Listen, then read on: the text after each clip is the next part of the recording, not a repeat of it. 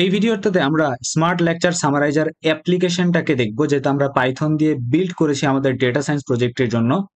তো এই প্রজেক্টটাতে আমরা কিভাবে আমি এই ভিডিওটাকে কোন কোন সেকশনে সাজাচ্ছি সেটা আমি একটু দেখাই।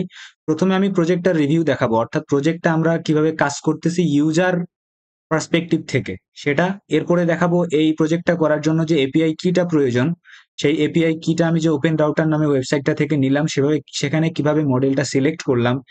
এরপর কোডটাকে এক্সপ্লেইন করব এবং সবার শেষে কিছু কোয়েশ্চেন এবং আনসার দেখবো ভাইবা পার্সপেক্টিভ থেকে, অর্থাৎ এই প্রজেক্টের কি কি প্রশ্নগুলা হতে পারে। তো প্রথমে আমাদেরকে আগে প্রজেক্টটা রান করা শিখতে হবে।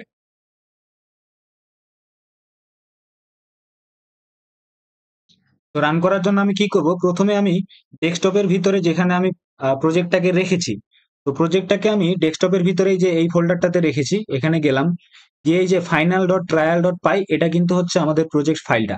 তো এই ফোল্ডারের এখানে এসে আমি কি করব, এখানে লিখবো cmd।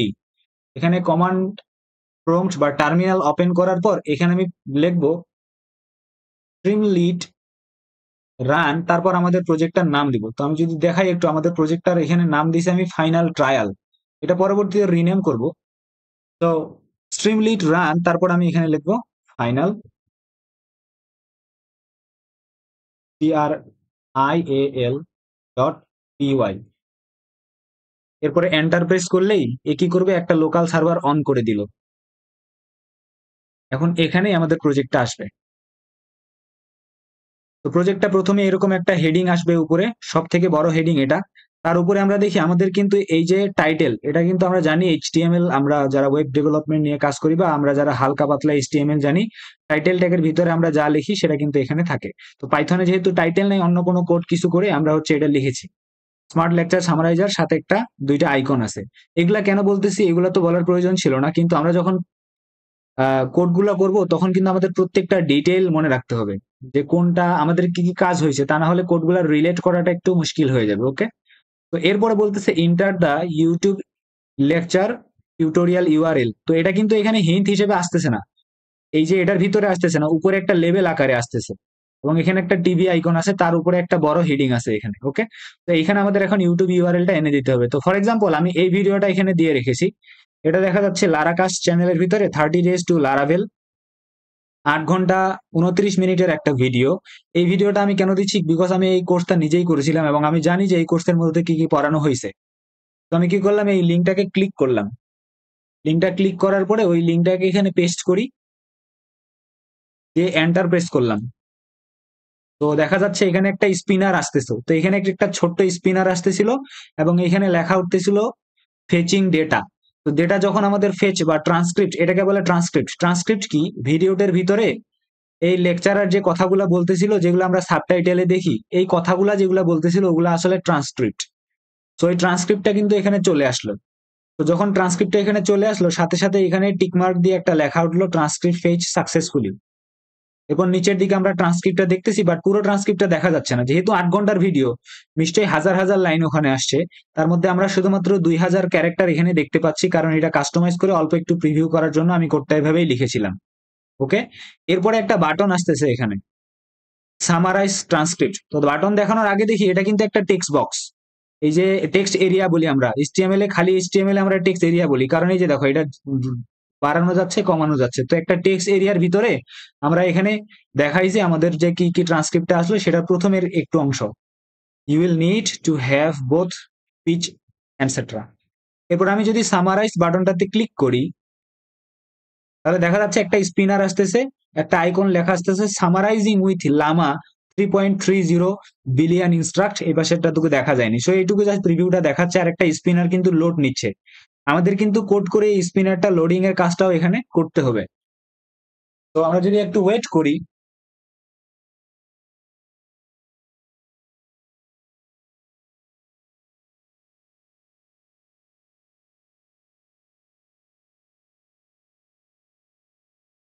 বাই ডিফল্ট আমরা যে এখানে ইন্টারফেসটা দেখেছি, এটার জন্য কিন্তু আমরা HTML, CSS, JavaScript, react, Laravel এরকম কোনো কিছুই করি নাই, সবকিছু পাইথন দিয়ে জেনারেট হচ্ছে। শুধু স্ট্রিমলিট নামে একটা লাইব্রেরি আছে, যেটা আমাদেরকে এই ছোটখাটো ইউআই গুলার জন্য হেল্প করে। পাইথনে আমরা এটা ব্যবহার করি, ওই স্ট্রিমলিট যে লাইব্রেরি আছে সেটাকে ব্যবহার করে আমরা এখানে কাজ করতেছি। তো যেহেতু অনেক বড় একটা ভিডিও, এটা অনেক সময় নিবেই।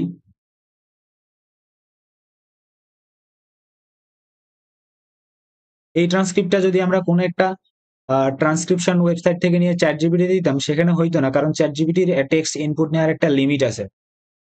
বাট আমাদের এই এআইটা এটা নিচ্ছে, কারণ এরকম করেই আমরা ওখানে বড় করে ওখানে আমরা টেক্সট সাইজের ডিফাইন করে দিয়েছি।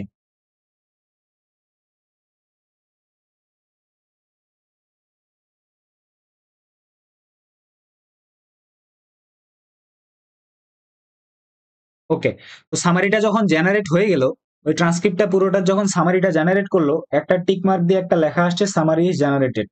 এরপর সামারি অ্যান্ড স্মার্ট নোটস নামে একটা হেডিং আসছে, এর দুইটা আইকন সহ। তারপর সামারি দিয়ে সুন্দর করে এখানে লেখা আসছে, this is 30 days course aim to teach beginner how to learn Laravel a PHP framework. PHP এর ফ্রেমওয়ার্ক হচ্ছে একটা লারাভেল, যেটা এখানে 30 দিনের জন্য শেখানো হয়েছে। 8 ঘন্টার একটা video. It covers various topics such as setting up a development environment, Laravel bridge, and using Laravel Sail. কিছু জিনিসপত্র এখানে শেখাইছে। তারপরে এই যে সিএসআর এর টোকেন নিয়ে এখানে আলোচনা করা হয়েছে, যেটা এখানে পাসওয়ার্ড বা এই ধরনের ইনফরমেশন ইউআরএল এর মাধ্যমে পাঠানোর সময় যেই সিকিউরিটির একটা লেয়ার তৈরি করে সেটা। এরপর এখানে কি করছে, একটা স্মার্ট নোট তৈরি করে দিচ্ছে আমাদের। তার মানে প্রথমে ভিডিওটাকে সামারাইজ করলো, সামারাইজ করার পর একটা স্মার্ট নেট তৈরি করতেছে আবার পয়েন্ট পয়েন্ট আকারে। এবং এরকম করে পয়েন্ট আকারে দেওয়ার জন্য কিন্তু তাকে আমাদের একটা বাই ডিফল্ট ইন্টারনালি একটা প্রম্পট দিতে হয়েছে, সেই প্রম্পটটা আমরা দেখবো। সুন্দর করে দিছে। প্রথমে হচ্ছে স্টার্টিং কিভাবে এনভায়রনমেন্ট সেট আপ করতেছে, ডেটাবেস কনফিগারেশন করতেছে, Eloquent model relationship, routing controller view নিয়ে কাজ করতেছে। যারা লারাভেল নিয়ে অল্প একটু নলেজ আছে তারা বুঝবে এগুলা জিনিস কি। এরপর একটা বাটন আছে, এই বাটনটাতে যদি আমি ক্লিক করি, এটা কিন্তু আমাদের পিডিএফ আকারে সেভ করা যাবে। আমি যদি এই বাটনে ক্লিক করি, দেখা যাচ্ছে পিডিএফ আকারে সেভ করার জন্য একটা অপশন আসছে। এখানে যদি আমি সেভে ক্লিক করি, তাহলে এটা পিডিএফ আকারে আমার সেভ হয়ে গেল। এখন নিচের দিকে দেখতেছি পিডিএফ, মেইন কথা হচ্ছে সামারাইজ সেকশন যখন শেষ হয়ে গেল, নোট সেকশন, সামারাইজ সেকশন এবং পিডিএফ জেনারেট সেকশন যখন শেষ হয়ে গেল, এখানে কিন্তু আমরা দেখতে পাচ্ছি ছোট একটা ডিভাইডার আছে ব্ল্যাক কালারে। আমার কি 100% জুম করা আছে? 110%, ঠিক আছে, 100% করা আছে। তো এই ডিভাইডারটার জন্য আমাদেরকে এখানে একটা ডিভাইডার জেনারেট করার জন্য এখানে একটা ছোট ফাংশন কল করতে হয়। এরপর উপরে একটা হেডিং দিচ্ছি, ask question about lecture summary. এটা একটা সাব হেডিং। এর আন্ডারে দেখতেছি একটা বক্স আসতেছে, বা একটা আমরা বলবো এলিমেন্টের একটা গ্রুপ আসতেছে।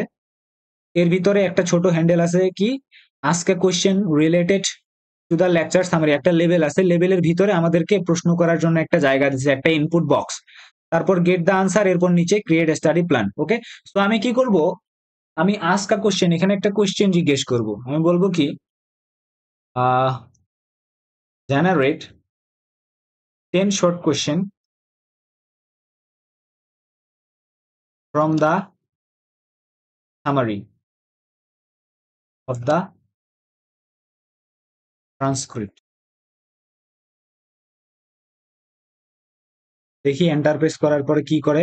এবার দেখো, আমরা যখনই এন্টার প্রেস করছি প্রশ্নটা দেওয়ার পর, এখানে কিন্তু থিঙ্কিং লেখা আসতেছিল আর একটা স্পিনার এরকম করে ঘুরতেছিল।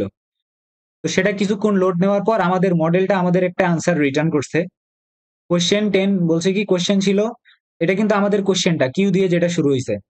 কোশ্চেন ছিল generate 10 short question from summary of the transcript. এবার নিচে আনসার গুলা দিচ্ছে, here are 10 short question based on the summary, এবং নিচে প্রশ্নগুলা দিছে, here is the main goal of the 30 days course, etcetera etcetera. তো আমাদের আহ, আমাদের প্রজেক্টের রিকোয়ারমেন্ট হিসেবে স্যার আমাদেরকে বলছিল যে প্রজেক্টটা এমন হবে যেটা চ্যাটবট টাইপের হবে। মানে আমরা তো আগে যে ফিচার গুলা দিছিলাম, এরপরে স্যার এক্সট্রা করে বলছিল যে এটা একটা চ্যাটবট টাইপের হবে, যাকে প্রশ্ন করলে সে উত্তর দিবে। 1 নম্বরে হচ্ছে চ্যাটবট টাইপের হবে। 2 নম্বরে হচ্ছে এটাকে লোকালি ডাউনলোড করতে হবে না, এপিআই ইউজ করে বা কোনো একটা লোকাল কোনো একটা হোস্টেড সার্ভারে থাকবে, সেখান থেকে আমরা ইউজ করব। বরং ওই ওলামা মডেলটাকে আমরা আমাদের ল্যাপটপে ডাউনলোড করব না, এমন একটা রিকোয়ারমেন্ট স্যারের ছিল। এই দুইটাই রিকোয়ারমেন্টই আমরা ফিল করছি। 3 নম্বর রিকোয়ারমেন্টটা হচ্ছে, স্যার বলেছিল যখন আমরা কোনো একটা প্রশ্ন করব একটা ট্রান্সক্রিপ্ট দিয়ে, সে যেন আমাদের যে উত্তরগুলো হবে শুধুমাত্র সেই ট্রান্সক্রিপ্টের আঙ্গিকেই দেয়, অন্য কোনো বা দুনিয়ার হাবিজাবি সব নলেজ এনে যেন এখানে না দেয়। ওকে, তো আমরা সেটা দেখি এখন সে করতেছি কিনা। আমি যে প্রশ্নগুলা করলাম, সে কি এই প্রশ্নগুলোর উত্তর দিতে পারতেছে চ্যাট জিপিটি বা অন্যান্য এআই বট গুলার মতো? আমি বললো, now answer each of the questions you gave earlier. দেখি, এবারে দেখি থ্যাংক ইউ একটা স্পিনার কিন্তু ঘুরতেছে, প্রথমে থ্যাংক ইউ তারপর একটা স্পিনার। আরেকটা জিনিস আমরা লক্ষ্য করব, আনসারটা আসলে আনসারটা কিন্তু চ্যাট জিপিটির মতো, চ্যাট জিপিটি যেমন লিখতে থাকে উপর থেকে নিচের দিকে লিখতে লিখতে যায়, এরকম কিন্তু হচ্ছে না ডিরেক্টলি কিন্তু। মানে তার মানে কি হচ্ছে, আনসারটা সে জেনারেট করতেছে, করে ডিরেক্টলি এখানে সে প্রিন্ট করতেছে স্ক্রিনের ভিতরে। আস্তে আস্তে চ্যাট জিপিটি যেমন এদিক থেকে লিখতে লিখতে নিচের দিকে নামে, এরকম ফিচার কিন্তু আমাদের এখানে হচ্ছে না। তো এখন দেখি আবার একটা জিনিস আমরা নোটিস করি, চ্যাট জিপিটি যখন আনসার দেয় আস্তে আস্তে কিন্তু আমরা উপরের দিকে স্ক্রল হতে হতে আমরা নিচের দিকে নিচে স্ক্রল ডাউন করি, কিন্তু এখানে স্ক্রল আপ করতে হবে আমাদেরকে। এটা কিভাবে হচ্ছে, আমরা একটা লুপের মাধ্যমে যেগুলা লেটেস্ট জিনিস সেগুলাকে আমরা উপরের দিকে রাখতেছি। তো উপরের দিকে আনসার গুলা সে জেনারেট করছে। প্রথমে সে কোশ্চেনটা লিখছে, what is the main goal of 30 days course, নিচে আনসারটা দিছে, what are the two ways to install Laravel mentioned in the course. The two ways to install Laravel mentioned in the course are using Laravel Chain and Laravel Bridge. Laravel Chain and Laravel Bridge কি অথেন্টিকেশনের জন্য পরবর্তীতে প্রয়োজন হয়, Laravel Bridge প্রয়োজন হয়। Anyway, তো আমরা দেখলাম আমাদের এগুলা ফিচার, এছাড়াও একটা ফিচার বাদ গেছে যেটা এখন আমরা দেখি নাই, সেটা হচ্ছে ক্রিয়েট স্টাডি প্ল্যান। আমি যদি এখানে ক্লিক করি এই বাটনটাতে, তাহলে একটা নতুন করে উইন্ডো, মানে একটা নতুন সেকশন এখানে জেনারেট হচ্ছে। এই সেকশনের ভিতরে দেখতেছি প্রথমে একটা হেডিং আছে পার্সোনালাইজড স্টাডি প্ল্যান জেনারেটর, এবং নিচের দিকে তো একটা ইনপুট বক্স আছে। ইনপুট বক্সে যখন আমি ক্লিক করতেছি আমার একটা ক্যালেন্ডারের টাইপের আসতেছে, ডেট আসতেছে। তো এখানে এটা কিসের ডেট একটু দেখি, select your exam or deadline date. তো ধরলাম আমার এক্সাম আছে 16 তারিখে, আমাকে এখন বলছে দিনে কতটুকু করে পড়তে পারবো আমি। তো দিনে 1 ঘন্টা করে পড়তে পারবো, এখানে 12 ঘন্টা টোটাল টাইম দেওয়া আছে, তার মধ্যে থেকে আমি কতটুকু করে পড়তে পারবো। বাই ডিফল্ট এখানে 3 আওয়ার দেওয়াই থাকবে, এর থেকে 3 আওয়ার বাই ডিফল্ট দেওয়াই থাকবে, আমরা যদি চেঞ্জ করি সেই অনুযায়ী হবে। তো আমি এটাকে 4 আওয়ার দিলাম, 4 আওয়ার সম্ভব না আমার দ্বারা, 2 আওয়ারই সম্ভব না, 3 আওয়ার দিলাম এনিওয়ে। তো এরপর বলছে what kind of plan do you prefer, বলতেছে কেমন। এখন এখানে যদি আমি ক্লিক করি, এটা একটা সিলেক্ট বক্স, একটা আমরা জানি সিলেক্ট বলে এগুলাকে, যেখানে অপশন বা ড্রপ ডাউন মেনু আসে। তো সিলেক্টের এখানে দেখতেছি ব্যালেন্স, রিভিশন হেভি নাকি প্র্যাকটিস হেভি, কিভাবে আমি পড়াশোনা করব, ব্যালেন্স করে নাকি রিভিশন, মানে হেভি রিভিশন নাকি প্র্যাকটিস হেভি। তো আমি বললাম রিভিশন হেভি।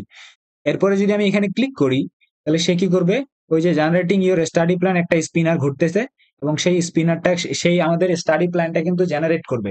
বাই ডিফল্ট কিন্তু ব্যাকএন্ডে একটা প্রম্পট সে কাজ করতেছে, যে এরকম এই ইনফরমেশন গুলো দিয়ে আমাকে একটা স্টাডি প্ল্যান জেনারেট করে দেন, এরকম একটা প্রম্পট এখানে কাজ করতেছে। দেখি, it will take a little second.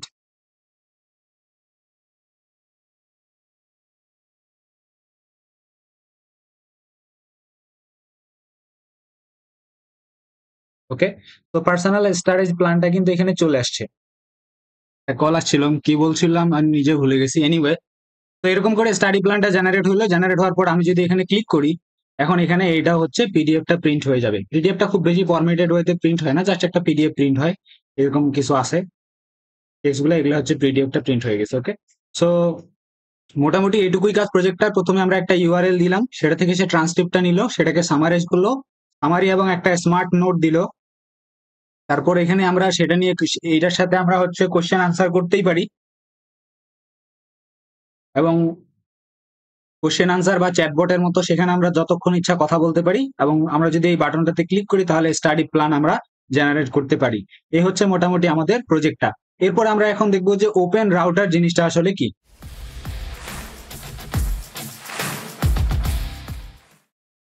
তো এবারে আমরা দেখি ওপেন রাউটার কি জিনিস। সো ওপেন রাউটারের জন্য ইউটিউবে গিয়ে আমরা ওপেন রাউটার লিখে সার্চ করব, তারপরে যে ওয়েবসাইটটা আসবে সেটাতে এসে কিন্তু আমাদের প্রথমে আগে লগ ইন করতে হবে। লগ ইন করার পরে এখানে যে সার্চ একটা অপশন আসে, এটাতে যদি আমি গিয়ে আমাদের মডেলটার নাম লিখি, লামা 3 স্পেস দিয়ে যদি আমি 7 দেই, 377,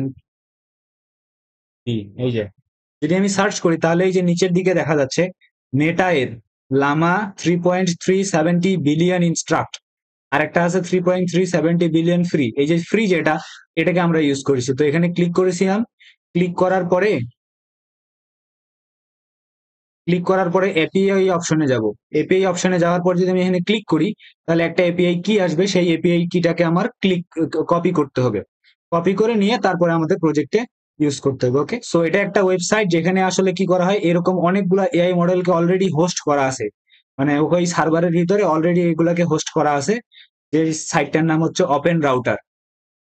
তো আমাদের এইখানে আমাদের এই মডেলটাকে, যে লামা মডেলটা আমরা ইউজ করতেছি, এতদিন কিন্তু ওলামা মডেলটাকে আমরা আমাদের কম্পিউটারে ডাউনলোড করে চালাইতাম, বাট এখন সেই মডেলটা চেঞ্জ করে নতুন একটা এল লামা বা লামা লামা 3.70, তো ওইটাকে আমরা এখন ইউজ করতেছি। ওকে, সো এবার আমরা চলে যাই আমাদের কোডিং পার্টে।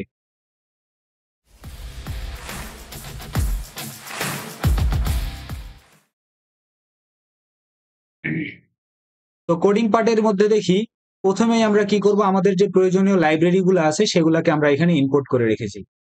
এখন লাইব্রেরি গুলা কি কি, প্রথমে দেখতেছি stream import Streamlit as ST.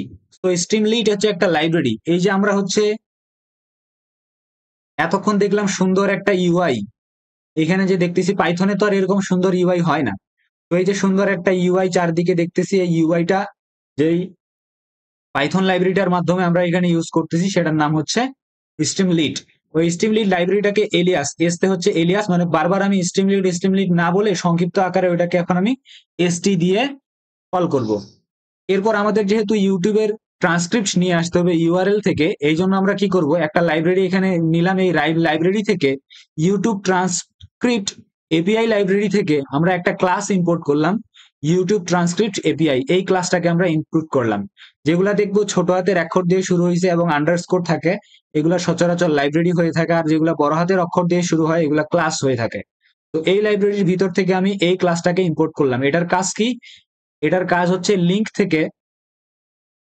থেকে ট্রান্সক্রিপ্টটাকে জেনারেট করা, ইউটিউবের ভিডিও ইউআরএল থেকে ট্রান্সক্রিপ্টটাকে জেনারেট করা এর কাজ। এরপর হচ্ছে ডটনেট একটা লাইব্রেরিকে ইম্পোর্ট করলাম, তার মধ্যে থেকে একটা ক্লাসকে আমি একটা ক্লাস না বলবো, এটাও একটা লাইব্রেরি ডটনেটের মধ্যে থেকে আসে। তো এই লোড ইএনভি সে কি করবে, এই যে আমরা এপিআই কিটাকে নিব, এপিআই কিটাকে আমরা এখানে হার্ড কোডেড করে দিচ্ছি, বাট এটাকে একটা এনভায়রনমেন্ট ফাইলের ভিতর থেকে সে রিলোড করবে। মেন কথা হচ্ছে এই এপিআইটাকে স্মুথলি রান যেন করা যায়, একটা এনভায়রনমেন্ট ফাইল থেকে যেন এটাকে রিড করা যায়, এই কাজটুকু করবে। যদিও আমরা এখানে কোনো এনভায়রনমেন্ট ফাইল এক্সটার্নাল নেই, বাট এটা হচ্ছে এই এপিআইটাকে যেন স্মুথলি সিকিউর থাকে এই কাজটা সে করে, ফাইলটাকে লোড করার কাজ করে সিকিউর ফাইলটাকে। এরপর হচ্ছে কি লাং চেইন, এই হচ্ছে আসল কাজ করবে এখানে। এই লাং চেইনের প্রম্পটস নামক লাইব্রেরি থেকে আমি একটা ক্লাস ইম্পোর্ট করতেছি, প্রম্পট টেমপ্লেট। এটার মাধ্যমে আমি কি করব, এই প্রম্পট টেমপ্লেট ক্লাসটার মাধ্যমে আমরা প্রম্পট গুলাকে, এই যে আমরা যে একটা প্রম্পট লিখবো, এই প্রম্পটটাকে আমরা আমাদের এপিআই এর সাথে কানেক্ট করে দিব। তার মানে যে আমাদের যে এআই মডেলটা আছে লামা, তার সাথে আমাদের যে প্রম্পট গুলো আছে এইটাকে কানেক্ট করে দেওয়ার কাজটাই করতেছে এখানে লাং চেইন। আমরা বলতে পারি লাং চেইন হচ্ছে এখানে ব্রেইন। এরপর নিচে দেখি লাং চেইনের মধ্যে থেকে ওপেন এআই নিচ্ছি। ওপেন এআই কেন নিচ্ছি, এই যে চ্যাটবটের মতো ফিচার আমাদের আনতে হবে, যে একটা চ্যাট করব তারপর সেখানে হিস্ট্রি অনুযায়ী আবার পরের দিকে আমাদেরকে আনসার দিবে, এরকম যে ফিচারটা নিয়ে আসার জন্য লাং চেইনের আরেকটা হচ্ছে লাইব্রেরি লাংচেন ওপেন এআই থেকে আমরা চ্যাট ওপেন এআই নামক একটা ক্লাসকে ইম্পোর্ট করতেছি। এরপর পাইথনের বিল্ট ইন দুইটা লাইব্রেরি, একটা হচ্ছে ওএস, যে কি করবে আমাদের মূলত এখানে ওএস মানে হচ্ছে অপারেটিং সিস্টেমের মতো একটা লাইব্রেরি, যে কি করবে আমাদের হার্ডওয়্যারের অ্যাক্সেস দিবে। যেমন আমরা যখন পিডিএফটাকে ডাউনলোড করব, ডাউনলোড করার সময় আমাদের যে হার্ডওয়্যার আছে সেটাকে ব্যবহার করে আমাদের হচ্ছে ফাইল সিস্টেমের ভিতরে কিন্তু উইন্ডোজ এক্সপ্লোরারের ভিতরে কিন্তু আমরা এটাকে সেভ করে রাখি। ওকে, এরপর হচ্ছে ইম্পোর্ট তে হচ্ছে রেগুলার রেজিক্স। আমরা যখন লাস্ট প্রজেক্ট করি যেটাতে আমরা হচ্ছে পাসওয়ার্ড মিলাচ্ছিলাম, যে পাসওয়ার্ডের ওখানে কিন্তু রেজিক্স ছিল, রেজিক্স এর কারণেই কিন্তু আমরা একটা স্ট্রিং থেকে একটা প্যাটার্ন খুঁজে বের করতেছিলাম যে সেই পাসওয়ার্ডটা আসলে স্ট্রং কিনা, সেটার ভিতরে কমপ্লেক্স ক্যারেক্টার আছে কিনা, সেটাতে নাম্বার আছে কিনা, সেটাতে কোনো স্পেস আছে কিনা। সো এইগুলা যে চেক করতেছি সেটা একটা প্যাটার্ন চেক করতেছিলাম ওই রেজিক্স এর মাধ্যমে, রেজিক্স বা রেগুলার এক্সপ্রেশন। সিমিলারলি এখানেও আমরা কি করব, ইউটিউব যে ইউআরএলটা দিব সেই ইউআরএলটা থেকে ভিডিওটার আইডিটা ম্যাচ করে নেওয়া আসার জন্য কিন্তু আমরা এখানে এই যে নামক যে হচ্ছে লাইব্রেরিটা, রেগুলার এক্সপ্রেশন লাইব্রেরিটাকে আমরা এখানে ইউজ করব। আবার বলি, আমাদের ভিডিওর ইউআরএল থেকে ভিডিওর আইডি বের করে সেই আইডিটাই কিন্তু আমাদেরকে এই যে ট্রান্সক্রিপ্ট এপিআই কে দিতে হয়, সেই আইডি অনুযায়ী ইউটিউব থেকে সেই ভিডিওটাকে খুঁজে বের করবে। এই কাজটা করবে এই রেজিক্স, মানে ওই ইউআরএল থেকে আইডিটাকে খুঁজে বের করে আনার কাজটা আমাদের দিবে এ করবে। এরপর যেহেতু পিডিএফটাকে আমার প্রিন্ট করাইতে হবে সেজন্য একটা লাইব্রেরি ইম্পোর্ট করলাম এফ পিডিএফ, সেখান থেকে একটা ক্লাস হচ্ছে এফ পিডিএফ, এটাকে ইনক্লুড করলাম। ওকে, তো এরপর আমি কি করলাম, লোড ডট ইএনভি দিয়ে ওই আমাদের এপিআইটাকে লোড করার জন্য যে ফাংশনটা সেটাকে আমি কল করে দিলাম, বাস সে কি করছে, এনভায়রনমেন্টের সেটআপ আমাদের যা কিছু করার সেটা করছে, এপিআইটা এখন স্মুথলি কাজ করবে। ওকে, তো প্রথমে আমরা কি করতেছি, এখান থেকে রিডিং শুরু হবে। প্রথমে স্ট্রিমলাইট পেজ, প্রথমে এই যে উপরের দিকে আমরা দেখলাম, আমরা যখন এখানে দেখি এই যে উপরের দিকে একটা হেডিং আসছিল, টাইটেলটা স্ট্রিমলাইট লেকচার সামারাইজার, সেটা আসলে এখান থেকে তৈরি হচ্ছে। এই যে এসটি, এসটি হচ্ছে কি স্ট্রিমলাইটের শর্ট ফর্ম, আমরা একটু আগে এই যে দেখছি শর্টকাট নিছি, ST dot set page config, পেজের টাইটেল দিয়ে দাও, কি টাইটেল দিবে এটা দিয়ে দাও, পেজের টাইটেল, এবং একটা আইকন সেট করো, এই যে এটা হচ্ছে আইকন ইমোজিটা, যেটা আমাদের ল্যাপটপের উইন্ডোজ, তারপরে হচ্ছে কমা, এটা চিপলে অথবা উইন্ডোজ ডট চিপলে এখানে ইমোজি গুলো আসে, সেটা আমরা দিতে পারি। এরপরে হচ্ছে আবার কি করলাম, নিচে ওইখানে একটা টাইটেল দিতে হবে নিচের দিকে, ST dot title smart lecture summariser, এটা কোথায় ছিল, ইধার মে স্মার্ট লেকচার সামারাইজার। ওকে, এরপর নিচে কি করব, এখন আমাদেরকে এখানে সেশন ধরে রাখতে হবে। সেশন জিনিসটা আসলে কি, মনে রাখার সুবিধার্থে বলি, এটা হচ্ছে one kind of memory, temporary memory. যতক্ষণ আমি ওই পেজের ভিতরে থাকবো, এই পেজের ভিতরে থাকবো, তখন বাই দা আমরা বলবো ব্যাকএন্ডে একটা মেমোরি কাজ করবে, যে কি করবে, আমাদের হিস্ট্রি গুলার ট্র্যাক রাখবে, আমাদের হিস্ট্রি গুলার একটা ট্র্যাক রাখবে, যে একটার পর একটা। আর এখানে রিফ্রেশ করে দিলে কিন্তু সবকিছু রিফ্রেশ হয়ে যাবে, বাট আমরা যতক্ষণ পর্যন্ত রিফ্রেশ না করব সেই হিস্ট্রিটা ধরে রাখবে। এটা হচ্ছে সেশন, মানে এখানে টাইমিং প্লাস মেমোরি দুইটা জিনিসই একসাথে ব্যালেন্স করবে এই সেশন জিনিসটা। সেই সেশনটাকে আমরা একটা মেমোরির সাথেই তুলনা করতে পারি, যে আসলে আমাদের লক্স গুলাকে ধরে রাখতেছে, আমরা কি কাজ করতেছি, কি কি চেঞ্জ আসলো, সেই জিনিসগুলাকে সে ধরে রাখতেছে। ওকে, তো বাই ডিফল্ট প্রথমে আমরা সবগুলাকেই করে দিব ফাঁকা, এমটি করে দিব, ডিক্লিয়ার করে সেগুলাকে এমটি দিয়ে ইনিশিয়ালাইজ করবো। কি কাজ হচ্ছে এখানে, বলতেছে ইফ ট্রান্সক্রিপ্ট অফ টেক্সট যদি not in ST dot session state, মানে হচ্ছে অলরেডি যদি কোনো ট্রান্সক্রিপ্ট না থাকে, তাহলে সেটাকে এই যে এমটি করে দাও। তাহলে ওই যে ট্রান্সক্রিপ্ট যে সেশনটা, মানে একটা নতুন সে সেশন ক্রিয়েট করলো, সেশন স্টেট, সেটার নাম দিল ট্রান্সক্রিপ্ট টেক্সট, সেই স্টেটের ভ্যালু এমটি করে দাও। তো প্রথম প্রথম কোনো কিছু যদি কাজ না করে সবগুলাই কি থাকবে, এমটি থাকবে। এবং সামারি আউটপুট, প্রথমেই তো আর সামারিটা জেনারেট হচ্ছে না, প্রথমে ট্রান্সক্রিপ্ট তো থাকে না, এই জন্য ওটাকে আমি এমটি দিয়ে ইনিশিয়ালাইজ করলাম। সামারি থাকে না, সেটাকেও এমটি দিয়ে ইনিশিয়ালাইজ করলাম। চ্যাট হিস্ট্রি থাকে না, সেটাও হচ্ছে একটা এমটি লিস্ট দিয়ে ইনিশিয়ালাইজ হচ্ছে। স্টাডি প্ল্যান থাকে না, সেটাও ফলস করে দেওয়া হচ্ছে। কোশ্চেন সাবমিটেড কোনো কিছুই নাই, তাও ফলস। এবং লাস্ট ভিডিও ইউআরএল, এটা কি লাস্ট ভিডিও ইউআরএল, মানে এখানে কি হবে, যেমন আমি এখানে যে প্রথমে যে ভিডিওর ইউআরএলটা, এটা কিন্তু সে ধরে রাখতেছে। পরবর্তীতে এসে যদি আমি আরেকবার যদি এই ইউআরএলটাই এখানে দেই, তো আরেকবার ওই ইউআরএলটা দেওয়ার আগ পর্যন্ত কিন্তু ওটা এখানে থাকতেছে, এটা কিন্তু মিস হয়ে যাচ্ছে না। এই জন্য এটাও কিন্তু সেশনের একটা ভেরিয়েবলের ভিতরে থেকে যাচ্ছে। আমরা যখন যে কোনো একটা ওয়েবসাইটে ঢুকি, তো ঢুকে আমরা যখন লগ ইন করি, লগ ইন করে সেখান থেকে বের হয়ে আসার আগ পর্যন্ত, মানে লগ আউট করার আগ পর্যন্ত ওই ওয়েবসাইটটা কি করে, সেই সেশনটাকে ধরে রাখে। তার মানে ওই ওয়েবসাইটটা আমাদের ব্রাউজারের ক্যাশের ভিতরে বা তাদের যে ডাটাবেজ আছে সেখানে ক্যাশিং করে সে আমাদের ওই সেশনটাকে ধরে রাখে। এটাই হচ্ছে সেশন। যারা অথেন্টিকেশন কাজ করছি ওয়েবসাইট নিয়ে, তারা হচ্ছে এই বিষয়টা ক্লিয়ারলি বুঝতে পারবো। এনিওয়ে, তো আমরা কি করলাম, বাই ডিফল্ট ট্রান্সক্রিপ্ট টেক্সট নামে যে সেশনটা, সেটাকে হচ্ছে এমটি করে দিলাম। সামারি আউটপুট সেশন, সেটাকেও এমটি করলাম। চ্যাট হিস্ট্রি সেশন, সেটাও এমটি। এখানে চেক হচ্ছে যে কি ট্রান্সক্রিপ্ট ইজ নট, মানে ট্রান্সক্রিপ্টের ভিতরে যদি অলরেডি কোনো ভ্যালু না থাকে, তাহলে সবগুলাকেই বাই ডিফল্ট তুমি এমটি করে দিয়ে আসো। ওকে, এরপর নিচের দিকে কিছু ফাংশনের ডেফিনেশন আছে, যেই ফাংশন গুলাকে আমরা কল করতেছি নিচের দিকে। এই ডেফ কিওয়ার্ড দিয়ে এখানে ফাংশনকে ডিফাইন করা হয়। In Python we define a function using this def keyword and this is the name of the function. Okay, so we will see these things later, but first of all we will see what we are starting our code. কোডটা প্রথমে কি কাজ হচ্ছে, এখান থেকেই মূলত কাজটা শুরু হয়। কত নম্বর লাইন, 106 নম্বর লাইন থেকে প্রথমে আমরা ইউআইটা একটা লোড হয়। তো ইউআইটা লোড হয়, লোড হওয়ার পরেই কিন্তু কি হয়, আমাদের এন্টার ইউটিউব লেকচার এই টেক্সটটা আসে। তো এইটা এটার মাধ্যমে আসতেছে এসটি ডট টেক্সট স্ট্রিমলাইট লাইব্রেরিটাকে বলতেছে একটা ইনপুট বক্স দেখাও, এবং এই ইনপুট বক্সটার উপরে তুমি লেবেল দিবা inter YouTube URL, inter YouTube lecture tutorial URL, এটা তুমি দিবা। তো এটা কিভাবে, এই যে এটার কারণেই কিন্তু এই বক্সটা এখানে ক্রিয়েট হচ্ছে, এই যে inter YouTube tutorial URL on নিচে এই বক্সটা তৈরি হচ্ছে। এরপর আমরা এখানে একটা লিঙ্ক দিচ্ছি, URL value ST session last video URL, মানে এটা কি করছে, ভ্যালু হিসেবে এটার যদি আমরা অলরেডি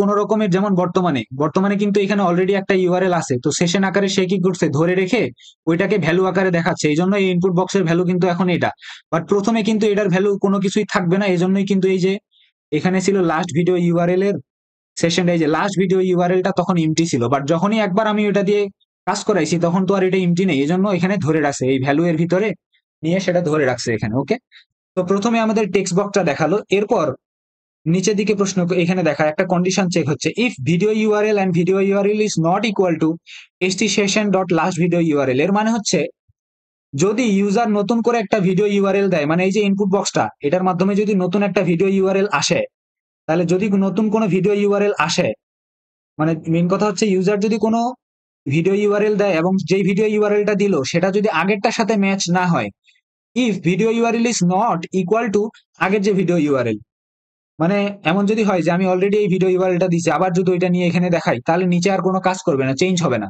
সেজন্য এই কাজটা করা।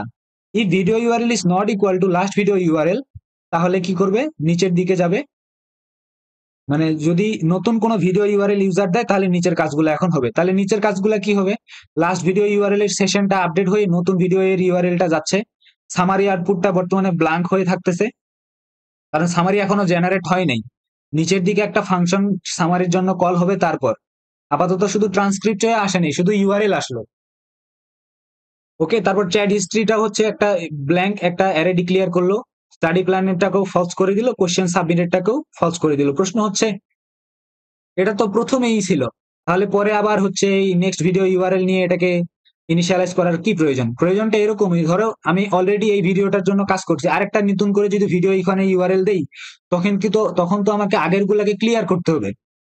আবার বলি, বর্তমানে অলরেডি এখানে কিছু ক্যাশ ফাইল সবকিছু ধরে আছে, কিন্তু নতুন যদি আমি আরেকটা ভিডিওকে প্রসেস করতে চাই, তাহলে তো আগের গুলাকে আগে ডিলিট করতে হবে। এই কাজটাই এখানে হচ্ছে।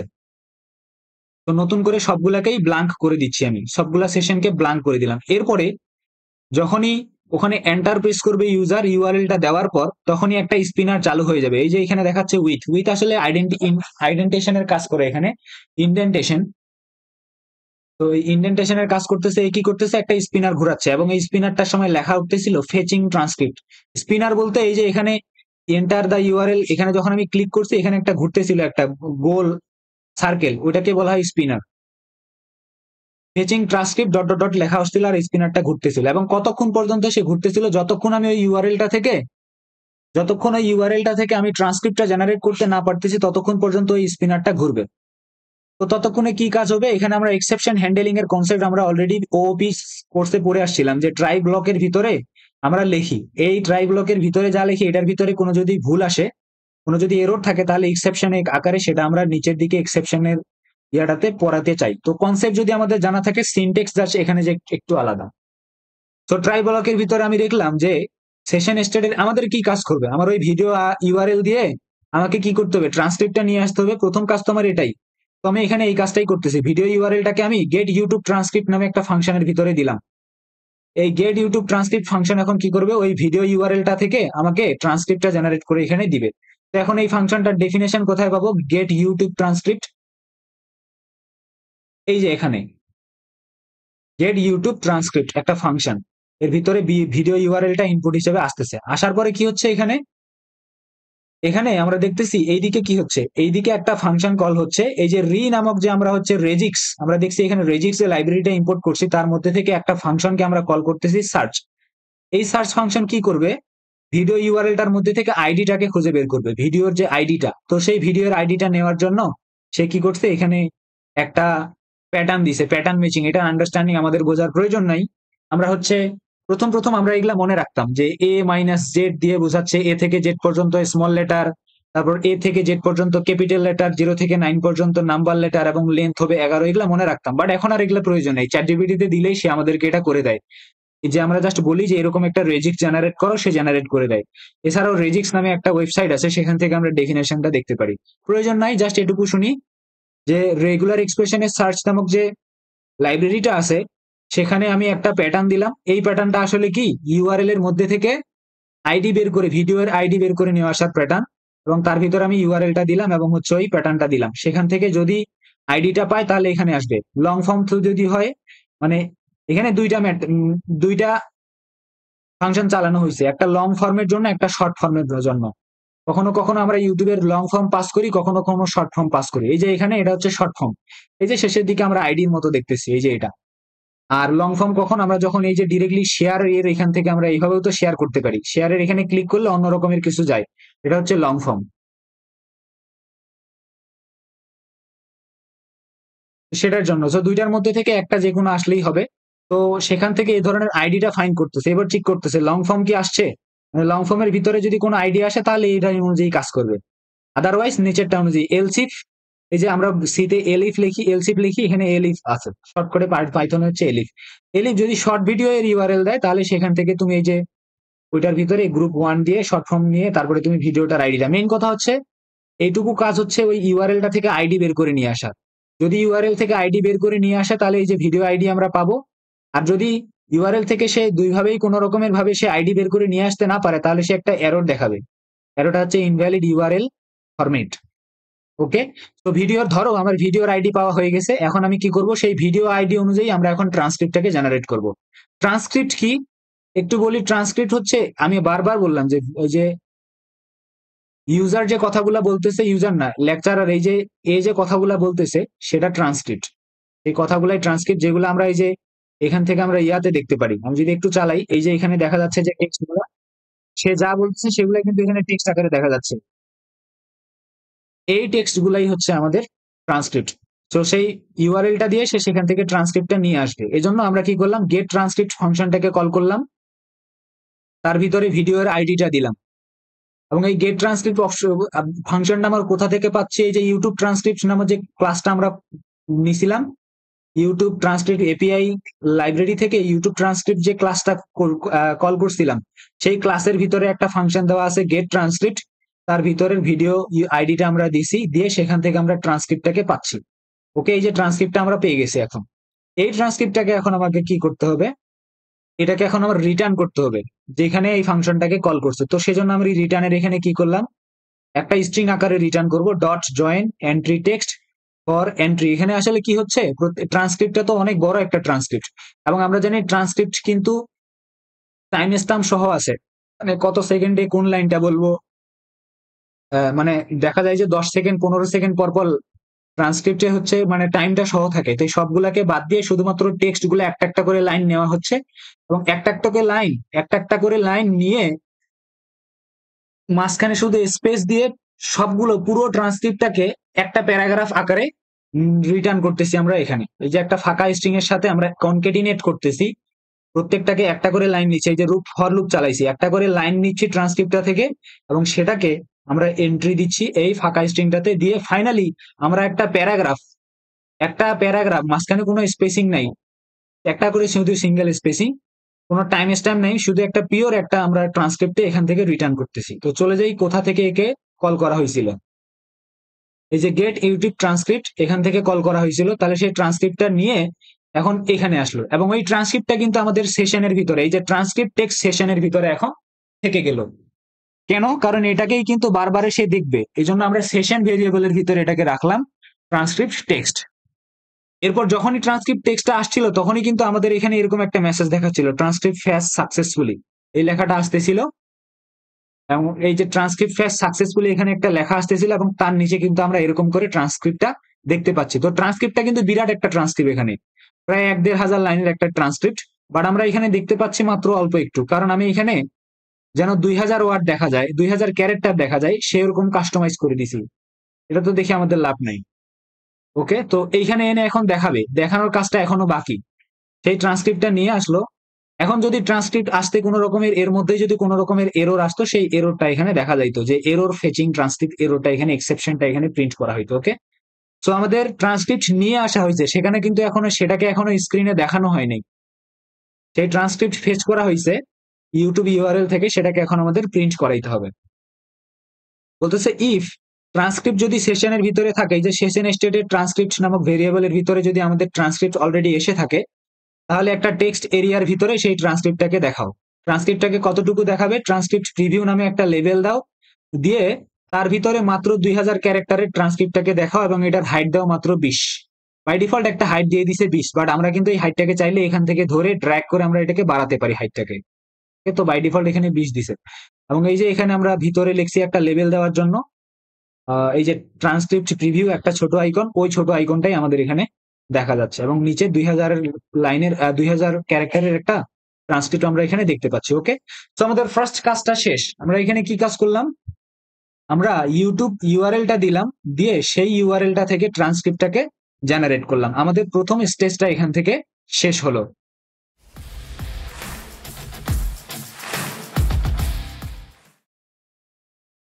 আমাদের প্রথম কাজ শেষ, এবারে আমরা দ্বিতীয় কাজ দেখব। দ্বিতীয় কাজ কি? দ্বিতীয় কাজ হচ্ছে আমরা যদি এই বাটনটাতে ক্লিক করি তাহলে যেন একটা স্পিনার লোড হয় এবং এই স্পিনারটা যতক্ষণ পর্যন্ত লোড হবে ততক্ষণে যেন আমার সামারিটা জেনারেট হয় এবং সামারিটা জেনারেট হয়ে যেন ফাইনালি এই ধরনের একটা রিপ্লাই বা এই ধরনের একটা রেসপন্স আমরা পাই। তো এটার কোডের পার্টটুকু এখন আমরা দেখব। তো উপরের কাজটুকু হইলো আমরা শুধুমাত্র ট্রান্সক্রিপ্ট নিছি এই পর্যন্ত এবং ট্রান্সক্রিপ্টটা নিয়ে সেটাকে প্রিন্ট করাইছি এই পর্যন্ত। এরপর সামারাইজ বাটন। তো সামারাইজ বাটনটা কিভাবে তৈরি করছি, st.button সামারাইজ ট্রান্সক্রিপ্ট। এটাকে জাস্ট যদি আমি এইটুকু লিখতাম তাহলে কিন্তু আমার বাটনটা জাস্ট তৈরি হইতো, বাট যখনই আমি এটার সামনে ইফ দিছি তার মানে এর মানে হচ্ছে এই বাটনটার উপরে যদি কেউ ক্লিক করে তাহলে এইখানে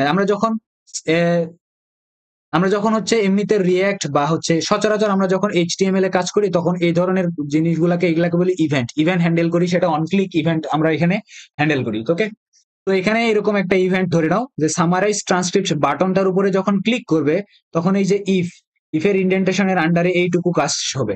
এখন এইটুকু কাজ কি কি, প্রথমে একটা স্পিনার লোড করবে, এই যে summarising with LLM 3.70 dot dot dot এরকম লেখাটা আসবে এবং উইথ এই লেখাটা যতক্ষণ পর্যন্ত এই স্পিনারটা লোড হবে এর ভিতরেই তখন বিহাইন্ড দ্য সিন কি কি কাজ হবে। প্রথমে আমরা সেটাকে আমরা ট্রাই এবং এক্সেপশন ব্লকের ট্রাই ক্যাচ ব্লকের ভিতরে রাখলাম। I have already explained these are the indicator of exception handling. ওকে, তো এরপর আমি এখানে কি করলাম, চেইন একটা ভেরিয়েবল ডিক্লেয়ার করলাম। এই চেইন কি করবে, এটা আসলে একটা এটা ডিফল্ট দেওয়া একটা ভেরিয়েবল, যেটা হচ্ছে আমাদের লাংচেইন যে ফ্রেমওয়ার্কটা আছে জাভাস্ক্রিপ্টও সাপোর্ট করে। লাংচেইন কি, উপরে আমরা দেখছিলাম যে লাংচেইন হচ্ছে, আমি বললাম যেটাকে হচ্ছে যে এটা হচ্ছে ব্রেইন, যে কি করে আমাদের এই যে প্রম্পটটা আছে এটার সাথে আমাদের যে মডেলটা আছে এই মডেলটাকে সে এই মডেলটাকে সে কানেক্ট করে এই দুইটার মধ্যে কমিউনিকেশন বিল্ড করে এবং সেখান থেকে সে রেসপন্স নিয়ে আসে এবং চেইন হয় কিন্তু রেসপন্স। এটার নাম হচ্ছে লাং চেইন। কেন? কারণ আমি কিন্তু এখানে চেইন রিলেটেড কাজ করতেছি, প্রথমে সামারাইজ করতেছি এবং পরবর্তীতে এই প্রশ্নগুলা কিন্তু এই সামারির বেসিসে আমি তৈরি করাচ্ছি নিচের দিকে। তার মানে প্রথমে যে রেসপন্স পাচ্ছি সেটাকে নিয়েই কিন্তু আমি পরবর্তীতে চেইন অনুযায়ী কাজ করতেছি। এই ধরনের কাজ করার জন্য আমাদেরকে এই লাংচেইন আমাদেরকে সেই ফ্যাসিলিটিসটা দেয়। লাংচেইন হচ্ছে একটা ফ্রেমওয়ার্ক যেটা both JavaScript and Python support করে। ওকে, ওকে, এখান থেকে তো আমরা কি করলাম, এখানে চেইন ভেরিয়েবলের ভিতরে কি রাখতেছি, এই যে সামারি প্রম্পট টেমপ্লেট, এই যে প্রম্পট টেমপ্লেট, যে প্রম্পটটা সামারি প্রম্পট টেমপ্লেট, এর সাথে আমরা কি করতেছি আমাদের যে LLM মডেলটা আছে, এই যে এল লামা মডেলটা LLM, সেই দুইটাকে আমি পাইপলাইনিং করতেছি। এই যে পাইপলাইন চিহ্নটা, অর চিহ্নটা, অর মানে কিন্তু or operation, logical or operation না। লজিক্যাল অর অপারেশনের জন্য পাইথনে আমরা জাস্ট OR লিখি। এই দুইটার মধ্যে পাইপলাইনিং হচ্ছে মানে কানেকশনের কাজটা এখানে হচ্ছে চেইনের মাধ্যমে। এরপর আমি কি করতেছি, একটা রেসপন্স জেনারেট করব। মেইন কথা হচ্ছে আমি এখন সামারাইজেশনের কাজটা এখানেই করব। এজন্য কি করতেছি, ওই চেইন ভেরিয়েবলটার ভিতরে একটা চেইন যে আমি এখানে অবজেক্টটা আছে, সরি চেইন যে লাইব্রেরিটা আছে এটা থেকে আমি একটা ফাংশনকে কল করতেছি ইনভোক। এই ইনভোক ফাংশনের ভিতরে আমি দিয়ে দিলাম আমাদের যে ট্রান্সক্রিপ্টের জন্য যে টেক্সটটা পাইছি ট্রান্সক্রিপ্টটা, সেই ট্রান্সক্রিপ্টটা আমি এখানে দিয়ে দিচ্ছি। আমি একটা এখানে আমি কি আকারে রাখতেছি, এখানে আমি কি এবং ভ্যালু আকারে রাখতেছি। এটা হচ্ছে কি, যে ট্রান্সক্রিপ্ট টেক্সট নামক একটা কি এর ভিতরে আমি কি ভ্যালু রাখতেছি, এই যে আমাদের যে সেশনের ভিতরে যে ট্রান্সক্রিপ্টটা আমাদের অলরেডি জেনারেট হয়ে আছে সেই ট্রান্সক্রিপ্টটা, কোন ট্রান্সক্রিপ্টটা, এই যে ট্রান্সক্রিপ্টটা আমি পাইলাম এই ট্রান্সক্রিপ্টটাকে এখন দিয়ে আমি পাঠাচ্ছি তাকে এই যে রেসপন্স আনার জন্য রেসপন্স ভেরিয়েবলের ভিতরে। ওকে, তো এই এখন আমাদের কি করবে, এটা নিয়ে এখন চলে যাবে মডেলটার কাছে, গিয়ে এখন প্রশ্ন করবে। তো এখনো প্রশ্ন করবে না, দেখি এখানে কি কাজ হচ্ছে। প্রথমে ইনভক করতেছে, ইনভক ফাংশনটা কল হইলো, কল হওয়ার পরে response content if hash response. আচ্ছা, সে এটার জন্য সে কি করলো, সে ট্রান্সক্রিপ্ট সামারি এর জন্য হচ্ছে সে ফাংশনটাকে কল করলো। এবং এই ট্রান্সক্রিপ্টটা কিভাবে জেনারেট হচ্ছে, সেই সামারিটা কিভাবে জেনারেট হচ্ছে সেটা এখন আমাদেরকে বুঝতে হবে। এইখানে আমরা দেখি সামারি প্লম টেমপ্লেটের সাথে যে এলএলএম মডেলটা আছে, এটাকে আমি এখানে পাইপলাইনিং করার পর কিন্তু ইনভোক ফাংশনটাকে কল করছি। তার মানে এই যে ট্রান্সক্রিপ্ট টেক্সটের ভিতরে যে আমি আমাদের ট্রান্সক্রিপ্ট টেক্সট নামে যে আমাদের মেইন কথা হচ্ছে আমাদের যে ট্রান্সক্রিপ্টটা আছে, সেটাকে এখন আমি এই যে ভেরিয়েবলটা বা এই যে কিটা এটার মাধ্যমে যে পাঠাচ্ছি, এটা তাহলে রিসিভ হবে কোথায়, এটা আসলে এইখানে আসতেছে উপরের দিকে। যদি আমি যাই কত নাম্বার, এই যে প্রম টেমপ্লেট এখানে আসতেছে, এই যে ওএস এনভায়রনমেন্ট এখানে কিন্তু আমাদের কিটা দেওয়া হয়েছে। এই যে ওএস ডট ইনভার্সন এই কোডটার ভিতরে কিন্তু আমাদের ওপেন এআই এর কিটা, এই যে কিটা সেখান থেকে নিয়ে আসছে, ওই কিটা এখানে দেওয়া আছে। একটু পরে আমি এটাকে ডিলিট করে দিব আমাদের কাজটা শেষ হয়ে যাওয়ার পর। এরপর কি করতে হবে, এলএলএম এর ভিতরে কিন্তু চ্যাট ওপেন এআই এর ভিতরে এই যে মডেলটার নাম, কোন মডেলটাকে আমি কল করতেছি এবং বেস ইউআরএল কোনটাকে সে হিট করবে, কারণ আমাদের ওপেন রাউটারের ভিতরেই কিন্তু এই এপিআই কি অনুযায়ী ওখানে রেসপন্স আসতেছে যেখানে হোস্ট করা আছে। এই সবগুলা ফাংশনালিটিস এখানে এই যে এলএলএম সেটআপের এখানে করে দেওয়া আছে। এখন যখনই আমরা ওই সামারাইজ বাটনে ক্লিক করতেছি, সামারাইজ বাটনে ক্লিক করলে ওখান থেকে যখনই ট্রান্সক্রিপ্টটা পাস হচ্ছে, সেই ট্রান্সক্রিপ্টটা কিন্তু এখানে আসতেছে। এবং দেখো এখানে কিন্তু বাই দ্য এন্ড একটা প্রম্পটি কিন্তু জেনারেট হচ্ছে। সেই প্রম্পটটা কিভাবে লেখা, you are a helpful study assistant, give the transcript of the lecture of or tutorial, given, বলছে given the transcript of the lecture. কোন ট্রান্সক্রিপ্টটা, যে ট্রান্সক্রিপ্টটা আমরা একটু আগে নিচে পাস করলাম, ওই ট্রান্সক্রিপ্টটা এখানে চলে আসবে। এবং ট্রান্সক্রিপ্টটা দেওয়ার পর কিভাবে লেখা আছে, please number one summarize it in bullet point, bullet point আকারে এটা সামারাইজ করো, suggest smart note, self explanatory note, headings and bullet points, এগুলাও দাও। এবং ফরম্যাটটা কি কোন আকারে, সেই ফরম্যাটটাও এখানে দেখাচ্ছে, ফরম্যাট এক্স্যাক্টলি অ্যাস, প্রথমে সামারি দিয়ে আইকন দিবে, তারপর সেরকম করে বুলেট পয়েন্ট আকারে দিবে, তারপরে স্মার্ট নোট লিখে। আমরা দেখি আমাদের রেসপন্সটা কিন্তু এরকম করে আসছে, এই যে প্রথমে সামারি দিয়ে এরকম কিছু বুলেট পয়েন্ট, তারপর স্মার্ট নোট লিখে এরকম কিছু সাব হেডিং এবং কিছু বুলেট পয়েন্ট, ওগুলো আসলে এখান থেকেই ক্রিয়েট হচ্ছে। এই বাই দ্য এন্ড এই প্রোমটাই কিন্তু কাজ করতেছে। এবং ফাইনালি সেই প্রোমটা এই যে প্রোম টেমপ্লেট নামে ফাংশনের ভিতরে এটা যাচ্ছে, গিয়ে ফাইনালি এখান থেকে কিন্তু সামারিটা রিটার্ন হচ্ছে। ওই সামারিটা আমাদের চলে আসতেছে নিচে রেসপন্স আকারে। আউটপুট কোথায় আমরা ছাড়লাম, প্রথম ইন্টারা কোশ্চেন না, এখান থেকে না, আমরা কোথা থেকে কল করছিলাম, আহ এখান থেকে। এই যে ইনভক ফাংশনের ভিতরে থেকে এখান থেকে একটা রেসপন্স আসবে। এরপর যখন রেসপন্স আসবে, সেই রেসপন্সটাকে আমি কি করতেছি, আমাদের রেসপন্সের ভিতরে সেই রেসপন্সটাকে আমি রিফাইন করতেছি, করে সেটাকে আমি একটা স্ট্রিং আকারে আউটপুট নিচ্ছি, জাস্ট একটা স্ট্রিং আকারে আমি কি করতেছি, আউটপুট নিচ্ছি। সেই আউটপুটটাকে এখন আমাদের যখনই আউটপুট আসবে, সেই আউটপুটটাকে আমাদের আগে ক্লিন করতে হবে। কারণ কি হয়, এই চ্যাট জিপিটি বা এলএলএম মডেল গুলা সুন্দর করার সুবিধার্থে অনেক বেশি পরিমাণে ইমোজি দিয়ে দেয়, বাট এই ইমোজিটা যখন থাকে, আনসারটা কেমন যেন চ্যাট জিপিটি বা অন্যান্য বট গুলার মতো হয়ে যায়, প্রফেশনাল লুক একটা দেয় না। তো সেজন্য আমি এই কাজটা করছি যে সেজন্য ইমোজি না দেয়, এটা ক্লিন করে নিছি এখানে। কিভাবে, রিমুভ ইমোজিস, কোথা থেকে ইমোজি রিমুভ করবে, আমাকে আউটপুট নামে যে স্ট্রিংটা আসছে সেই স্ট্রিং এর ভিতর থেকে ইমোজি গুলাকে রিমুভ করো।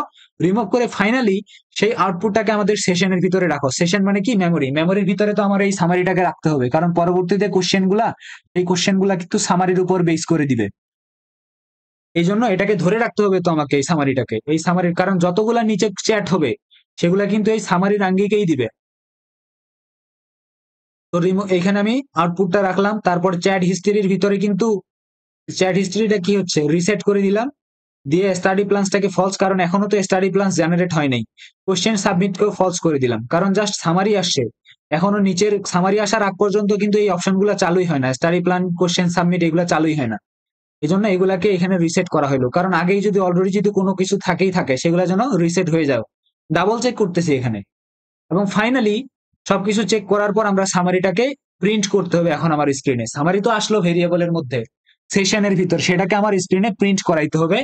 এজন্য আমি প্রিন্ট করানোর আগে একটা মেসেজ দিব, summary and notes generated successfully, সেটা দিব। প্রিন্ট তো এখনো হয়নি, প্রিন্ট নিচের দিকে করাবো। আর যদি এর মধ্যে কোনো এরর আসতো সামারি জেনারেট হতে, তাহলে সেই এররটাকে আমি এখানে এক্সেপশনের মাধ্যমে প্রিন্ট করাইতাম। ওকে, তো আমাদের সামারি জেনারেট করা শেষ, সেটাকে এখন আমাদের প্রিন্ট করাইতে হবে। তো সেজন্য কি করা হলো, এখানে এই যে বলতেছে ইফ এসটি সেশনের ভিতরে যদি কোনো আউটপুট সামারি আউটপুট থাকে, মানে কোনো যদি সামারি থাকে, তাহলে সেটাকে প্রিন্ট করাও। এই যে মার্কডাউন মানে হচ্ছে প্রিন্ট করা। এরপরে তিনটা হ্যাশ দিছে। তিনটা হ্যাশ মানে হচ্ছে থ্রি লেভেল টেক্সট বলতে অনেক বড় আকারের একটা টেক্সট দেখাবে, মানে সাব হেডিং আকারে দেখাবে, একটু মোটা সোটা হবে। তো মার্কডাউন দিয়েই কিন্তু আমরা প্রিন্ট করি পাইথনে। এমনিতে আমরা যখন এইচটিএমএল এ যখন আমরা কোড করি, এইচটিএমএল বা রিয়াক্টে, সেখানে জাস্ট যে একটা প্যারাগ্রাফ টেক্সট, একটা প্যারাগ্রাফ ট্যাগ নিলাম, বা একটা আহ, হতে পারে সেটা প্যারাগ্রাফ, হতে পারে সেটা হেডিং ট্যাগ নিয়ে আমরা মেরে দিই। কিন্তু এখানে ইউআই এর ভিতরে দেখানোর জন্য আমাদের মার্কডাউন ফাংশনটাকে কল করতে হয়। তো মার্কডাউন ফাংশনের ভিতরে আমি বললাম যে এই টেক্সটটাকে দেখাও এবং তার নিচে সামারিটাকে আউটপুট আকারে দেখাও। তো যখনই ওইটা আমি করলাম, এই যে আমাদের প্রথমে এই টেক্সটটাকে দেখাইলো উপরের মার্কডাউনের মাধ্যমে, এবং সামারিটা যেটা ইউজার দিছে সেটা এখানে আসলো। তো সামারি দেওয়ার পরেই কিন্তু নিচের এই অপশনটা এনেবল হবে। যে সামারি দিল, দেওয়ার পরে এখন কি হবে, এই যে PDF file equal to generate PDF একটা ফাংশনকে কল করলো, তার ভিতরে সেই পিডিএফ এর ভিতরে কি দিল, আমাদের যে সামারি আউটপুটটা আছে সেটাকে এখানে এই ফাংশনের ভিতরে দিল। সে এখন কি করবে, একটা ফাইল ওপেন করবে। আমরা সি প্রোগ্রামিং যখন পড়ি ফার্স্ট সেমিস্টারে, সেখানে কিন্তু ফাইল হ্যান্ডেলিং এর একটা কনসেপ্ট পড়ছিলাম, যে কিভাবে আমরা হার্ডওয়্যারের ভিতরে, মানে আমাদের যে কম্পিউটার সিস্টেমের ভিতরে একটা ফাইলকে রিড করতে পারি, রাইট করতে পারি। তো ওখানে কিন্তু আমরা রিড এন্ড রাইট অপারেশন করার জন্য আর লিখতাম, আর তে রিড মোড বোঝাইতাম, ডব্লিউ তে রাইট মোড বোঝাইতাম, এবং আর প্লাস বা ডাব্লিউ প্লাস দিয়ে রিড এন্ড রাইট মোড বোঝাইতাম। তো সেরকমই এখানে এই যে উইথ ওপেন পিডিএফ ফাইল, এই পিডিএফ ফাইলটাকে আমরা এই যে রিড বাইনারি, আরবিতে হচ্ছে রিড বাইনারি ফাইল, এটাকে ফাইল হিসেবে সে যেন রিড করে সে ডাউনলোড করার জন্য যেন ওই অপশনটাতে ক্লিক বানায়, সে যেন ডাউনলোড করার মতো একটা অপশন বানায়। মানে এই যে বাটনটা বানাইলো, বাটনটার উপরে লিখলো কি লেভেল দিল, ডাউনলোড সামারিয়াস পিডিএফ, এই বাটনটাকে সে বানাইলো ডাউনলোড সামারিয়াস পিডিএফ। এবং এটা যদি ক্লিক করা হয়, তাহলে সে কি করবে, এই ফাইলটাকে ওপেন করবে। এই যে ওপেন করবে কোনটাকে, একটা ফাইল ওপেন করবে, যে ফাইলটার বাই ডিফল্ট নাম হয়ে যাবে smart lecture summary dot PDF, এই নামটা নিবে।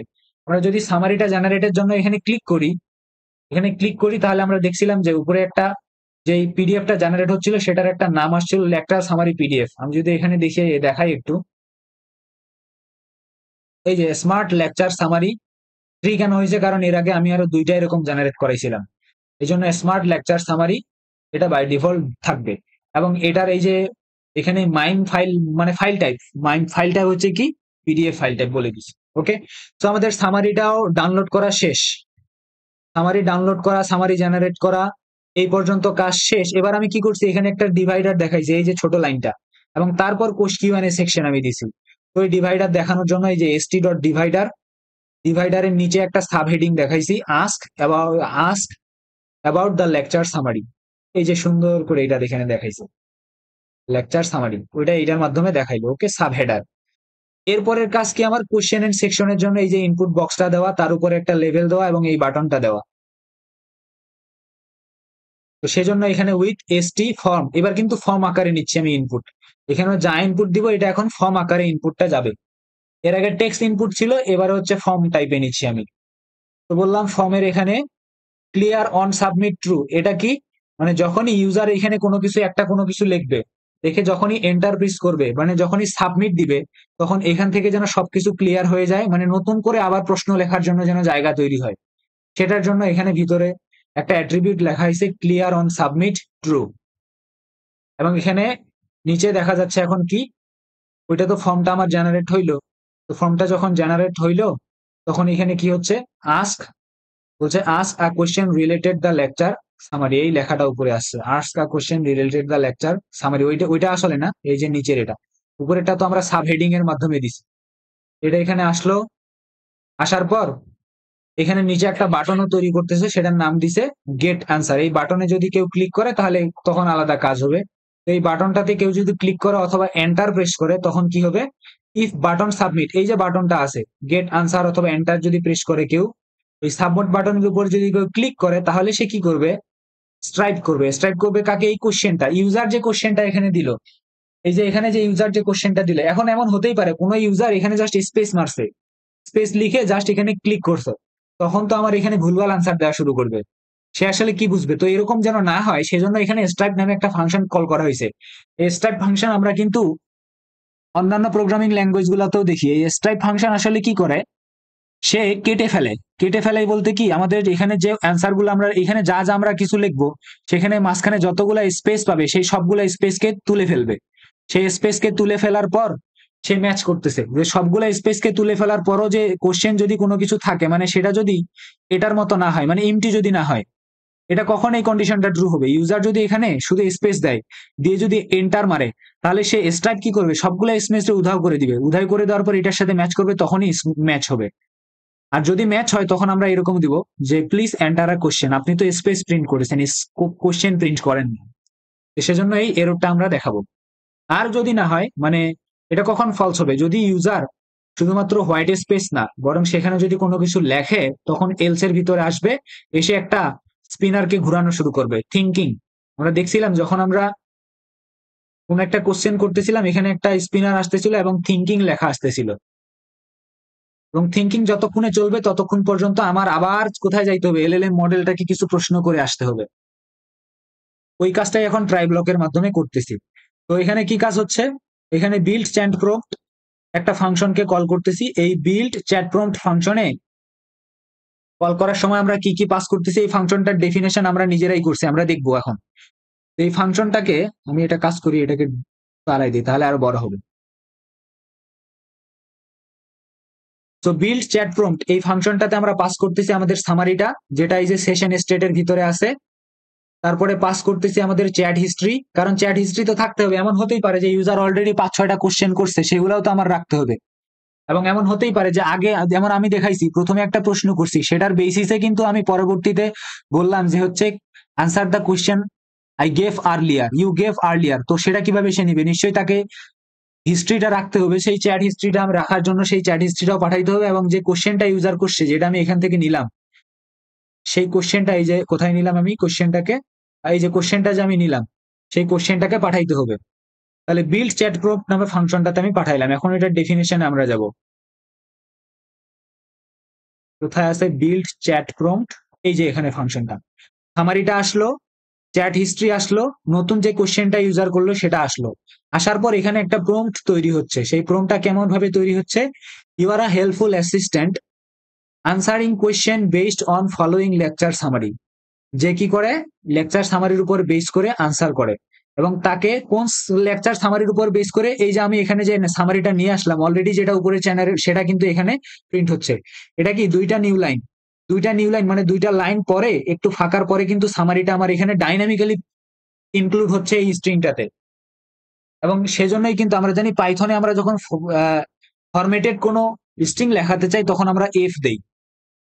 আমরা সেটা হচ্ছে প্রিন্ট এফ এর ভিতরে আমরা কি করি? পার্সেন্টেজ এস দিয়ে করি। এখানে আমরা সেটা এভাবে করি, এফ দিয়ে করি। এরপরে কি? যদি কোনো চ্যাট হিস্ট্রি থাকে, চেক করতেছে প্রম্পটটা, তাহলে তৈরি হয়ে গেল। এখন যদি কোনো চ্যাট হিস্ট্রি থাকে সেটাকেও তো আমার কি করতে হবে? এই প্রম্পটের ভিতরে ইনক্লুড করে দেখাইতে হবে। ইফ চ্যাট হিস্ট্রি, যদি চ্যাট হিস্ট্রি থাকে তাহলে লেখো যে hair is the conversation so far. এটা লেখো, এটাকে এখানে অ্যাড করো। তাহলে কি হচ্ছে? প্রথমে ইউ আর এ হেল্পফুল এই লেখাটা আসলো, তারপরে যে সামারিটা আমাকে প্রথমে জেনারেট করে দিছে সেটা আসলো, তারপরে যদি কোনো হিস্ট্রি থেকে থাকে সেই হিস্ট্রিটা আসলো তার নিচে। এই যে এই লেখাটা আগে যোগ হইলো, তারপরে সেই হিস্ট্রিটা আসতেছে এখানে। সেই হিস্ট্রির ভিতরে কি থাকতে পারে? এই হিস্ট্রির ভিতরে এই যে লুপ দিয়ে যতগুলা হিস্ট্রি আছে প্রত্যেকটা হিস্ট্রির এই যে কোশ্চেন গুলাকে নিবে।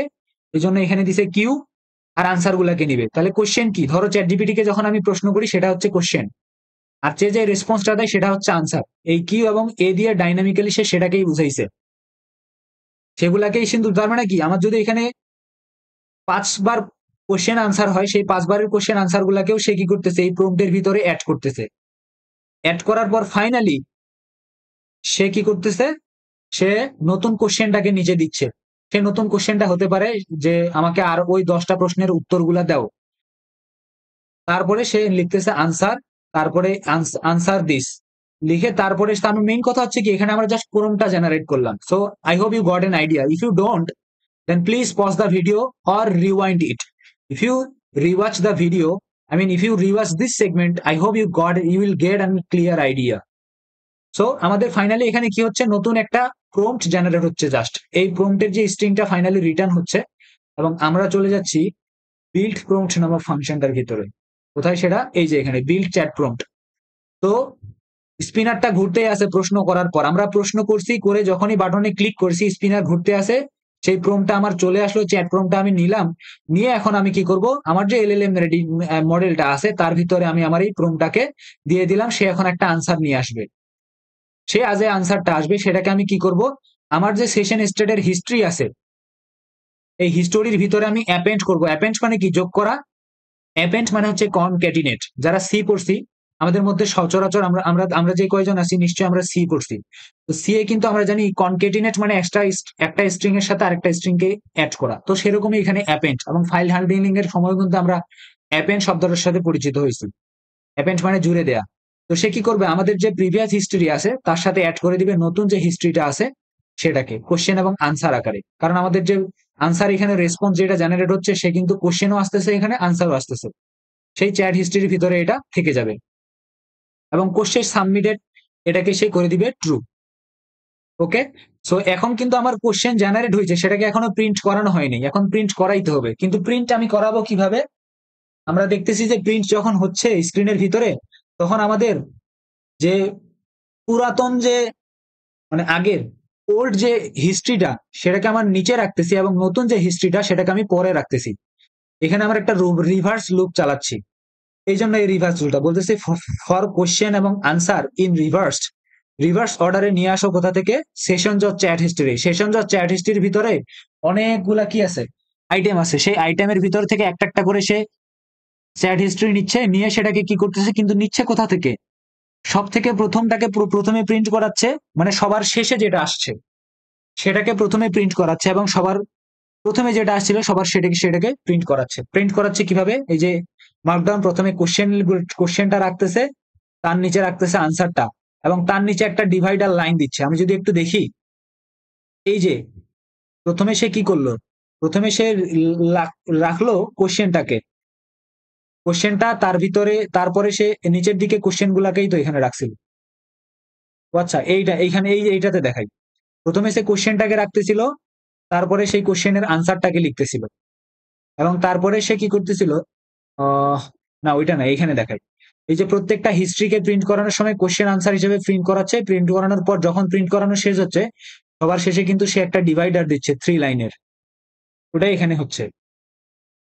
না না, এখানে যেহেতু তিনটা তিনটা যেহেতু এখানে দেওয়া আছে, তার মানে হচ্ছে সে কি করতেছে, এই যে স্পেসিংটা ক্রিয়েট করতেছে, এখানে যে স্পেসিংটা আছে, একটা কোশ্চেন একটা আনসার স্পেসিং, একটা কোশ্চেন একটা আনসার স্পেসিং, এটাকে সে নিয়ে কাজ করতেছে। ওকে, তো আমাদের কোশ্চেন জেনারেট করাও শেষ, এখন আমাদের বাকি কাজ হচ্ছে স্টাডি প্ল্যান জেনারেট করা নিয়ে।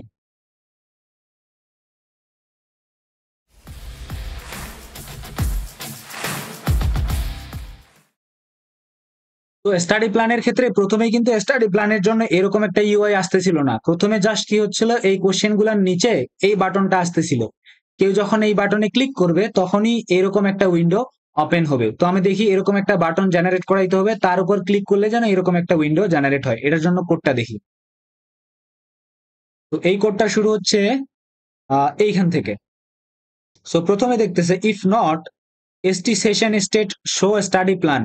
অলরেডি যদি শো স্টাডি প্ল্যান সেশনের ভিতর কোনো রকমের ভ্যালু না থাকে, তাহলে একটা বাটন ক্রিয়েট করো, এই যে ক্রিয়েট স্টাডি প্ল্যান, এই নামে একটা বাটন ক্রিয়েট করো। ক্রিয়েট করে শো স্টাডি প্ল্যানের যে ভ্যালুটা আছে সেশনের ভিতর সেটাকে ট্রু করে দাও। ওকে, তো ট্রু করালো, করার পর কি করতেছে, বলতেছে যদি এই সেশনের ভিতরে ট্রু হয়, অর্থাৎ শো স্টাডি প্ল্যানের যদি কেউ যদি স্টাডি প্ল্যান শো করতে চায়, তাহলে তো এখানে ট্রু দেওয়া আছে, তাহলে এই ইনস্ট্রাকশনটা কখন ট্রু, যেহেতু অলরেডি ট্রু দেওয়াই আছে, তাহলে যেহেতু ট্রু, তাহলে সে কি করবে, একটা ডিভাইডার ক্রিয়েট করবে। প্রথমে এই যে ডিভাইডার, এই যে এটাকে সে ক্রিয়েট করতেছে, এই ডিভাইডারটা এটা সে ক্রিয়েট করলো। তারপর সাব হেডার হিসেবে কি দিল, পার্সোনালাইজড স্টাডি প্ল্যান জেনারেটর, এই যে এটা লিখলো পার্সোনালাইজড স্টাডি প্ল্যান জেনারেটর। এবারে এক্সাম ডেটটা ইউজারের কাছ থেকে নিচ্ছে, এই যে ডেট ইনপুট নিচ্ছে, ST date input. Date input যখনই ডেট ইনপুট নিচ্ছে, আমরা যখন এইচটিএমএল এও ডেট লিখি, মানে ইনপুট টাইপ যখন আমরা ডেট দেই, তখন কিন্তু একটা ক্যালেন্ডার চলে আসে। তো সিমিলারলি এখানেও একটা ক্যালেন্ডার আসবে, একটা আইকন দেখাচ্ছে, যখনই আমি এটাতে ক্লিক করতেছি একটা ক্যালেন্ডার টাইপের জিনিসপত্র আসতেছে। ওকে, তো সেই ক্যালেন্ডার টাইপের জিনিসপত্র মানে এক্সাম ডেটটাকে নিল। এবার আওয়ার্সটা নিতে হবে, কিন্তু আওয়ার্সটাকে আমরা কি একটা স্লাইডার আকারে দিছি, এই যে স্লাইডার, যেখানে আমরা কি করতে পারতেছি 12টা সেগমেন্টে ভাগ করে এটাকে আমরা স্লাইড করতে পারতেছি। এটার জন্য আমরা একটা এই যে স্ট্রিমলাইটের একটা ফাংশনকে কল করছি, মডিউল, যেটার নাম হচ্ছে স্লাইডার। এই স্লাইডারের ভিতরে আমরা কি দেখাচ্ছি, লেভেল দিচ্ছি, আমি কি লেভেল দিচ্ছি, how many hours can you study per day. তো এই লেভেলটা দিচ্ছি এবং তার ভিতরে বললাম 1 থেকে 12 পর্যন্ত হচ্ছে সেকশনাইজ হবে এবং বাই ডিফল্ট 3 দেওয়া থাকবে। মানে এই ডেইলি আওয়ার্স এর বাই ডিফল্ট ভ্যালু কি 3 থাকতো, এটা একটা ডিফল্ট। এরপর সিলেক্ট বক্স আসতেছে, সিলেক্ট বক্স একটা ক্রিয়েট করো যেটার ভিতরে লেভেল থাকবে what kind of plan do you prefer, এবং তার ভিতরে অপশন থাকবে 3টা। এই যে একটা লিস্টের ভিতরে 3টা অপশন দেওয়া আছে, balanced, revision heavy, practice heavy. আমরা এটা কোথায় পাচ্ছি, এই যে এখানে যখন আমরা ক্লিক করতেছি একটা ড্রপ ডাউন আসতেছে, এই ড্রপ ডাউনের ভিতরে 3টা এরকম করে ভ্যালু আমরা পাচ্ছিলাম। ওকে, এরপর ইফ স্টি বাটন, যদি এখন এই যে স্টাডি প্ল্যান জেনারেট করার এই বাটনটাতে যদি ক্লিক করা হয়, তাহলে জেনারেট স্টাডি প্ল্যান, এই বাট বলতেছে জেনারেট স্টাডি প্ল্যান, এই বাটনটাতে যদি ক্লিক করা হয়, এখানে একটা কি নিছে, এটা হচ্ছে স্ট্রিমলাইটের নিজের সুবিধার্থে কিটা এখানে নিছে ইউনিক হিসেবে আইডেন্টিফাই করার জন্য। বলতেছে যখন এই বাটনটাতে ক্লিক করবে তখন একটা স্পিনার দেখাও, সেই স্পিনারটাতে কি লেখা থাকবে, জেনারেট স্টাডি প্ল্যান, মানে ওই যে ঘুরতেছিল ওইটা দেখাচ্ছিল, এবং এর ভিতরে এখন নিচের কাজটুকু হবে। তো নিচে আসলে কি কাজ হচ্ছে, এখানেও একটা প্রম্পট জেনারেট হচ্ছে এট দা, মানে বাহাইন্ড দা সিন। কিভাবে সেই প্রম্পটটা আমরা লিখছি, you are an intelligent academic assistant, হালকা একটু প্রশংসা, তারপরে একটা লাইন ফাঁকা দিয়ে based on the following lecture summary, উপরে যে লেকচার সামারিটা ছিল ওইটার উপর বেস করে create a personalized day by day study plan for the user, their exam goal deadline is, তারপরে এই যে এক্সামের ডেট যেটা আসতেছে বাই ডিফল্ট আমরা যে এক্সামের ডেটটা দিছি সেটা এখানে আসছে। দে ক্যান, বলতেছে they can study daily hours, মানে এত আওয়ার্স পার ডে, এখানে যদি 5 দেই তাহলে 5 ঘন্টা ডেইলি সে পড়তে পারবে। দে প্রিফার, যদি এখানে হেভি রিভিশন হয়, heavy revision ready study style, এরকম সে লিখে দিবে, যা দিব তাই এখানে ডাইনামিক্যালি আসবে। এবং লেকচার সামারি যেহেতু এখানে বলছে যে based on the following lecture summary, following মানে কি নিচে থাকবে, তাহলে ওই লেকচার সামারিটাকে এখানে আমি ইনক্লুড করে দিলাম। এটা কোথায় পাচ্ছি আমি, এই সামারিটাকে আমি পাচ্ছি আমাদের সেশন ভেরিয়েবলের ভিতরে, এই সামারিটা এখানে আসবে। আসার পর format the output clearly with the daily task, বলতেছে আউটপুটটাকে ক্লিয়ারলি ফরম্যাট করতে হবে, সেটাও করতে হবে, সেটা এখানে করে দেওয়া হয়েছে। ওকে, তো এই প্রমটা কিন্তু আমাদের যখন এই যে ইফ ইফ শুরু হয়েছে কোথায়, এখান থেকে শেষ হবে কোথায়, এই যে এখানে গিয়ে শেষ হবে, তার মানে ইফেই চলবে কাজ কর্ম, এই বাটনের আন্ডারেই এখন সব কাজ চলতেছে। ওকে, তো আমাদের প্রম্পটস জেনারেট শেষ এখান থেকে। স্টাডি, এই যে স্টাডি প্ল্যান প্রম্পটটা আমি জেনারেট করলাম, এখন ওই প্রম্পটটাকে আমি টেমপ্লেট ইঞ্জিনে পাঠাবো, সেটাকে কোথায় পাঠাবো, এই যে প্রম্পট টেমপ্লেট। প্রম্পট টেমপ্লেট আমরা কোথা থেকে পাইছি, প্রম্পট টেমপ্লেট আমরা লাংচেন থেকে পাইছি। যদি উপরে যাই, এই যে লাংচেনের প্রম্পটস থেকে আমরা প্রম্পট টেমপ্লেট নিছি। এই প্রম্পট টেমপ্লেট ক্লাস কি করতেছে, আমাদের যে লামা মডেলটা আছে সেটাকে পাইপলাইন করে দিচ্ছে এই যে আমাদের প্রম্পটটার সাথে।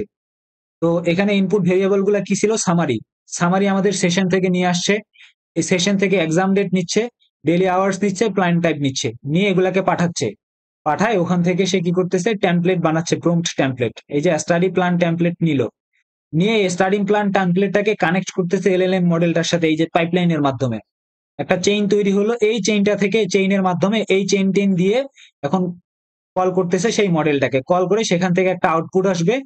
এই যে আউটপুটটাকে কি করবে, সামারি এর ভিতরে আমরা কি করব, সামারি নামক সেশনটার ভিতরে এখন আউটপুটটা নিব। সরি, ওকে যখন আমরা ইনভোক করতেছি তখন আমরা ভ্যালুটা পাস করতেছি কিভাবে, এই যে সামারি এর ভিতরে আমরা ভ্যালু দিচ্ছি, এখনো কল হচ্ছে, লাং চেইনের মাধ্যমে আমরা কি করতেছি, কল করতেছি, কল করার সময় আমরা এই যে সামারি আউটপুটটা দিচ্ছি, মানে যে সামারিটা আসছিল সেটা আমরা দিচ্ছি, এখানে ভ্যালু পাস করতেছি আমরা, এটার সাথে লিঙ্ক হচ্ছে এটা, এবং এটা গিয়ে ফাইনালি বসতেছে এখানে। সামারি আউটপুটটা এখানে আমরা দিলাম, এরপরে এক্সাম ডেটটা দিচ্ছি, এবং এক্সাম ডেটটাকে কিন্তু আমরা এই যে এসটিআর ফার্স্ট টাইম, এটাকে আমরা স্ট্রিংটাকে ফরম্যাট করতেছি কিভাবে, এই যে বিডি, মানে প্রথমে হচ্ছে তুমি ডেটার নাম দাও, সরি ডেটার নাম না, মাথের বি দিয়ে, বড় ক্যাপিটাল বি দিয়ে মান্থের নাম বোঝায়।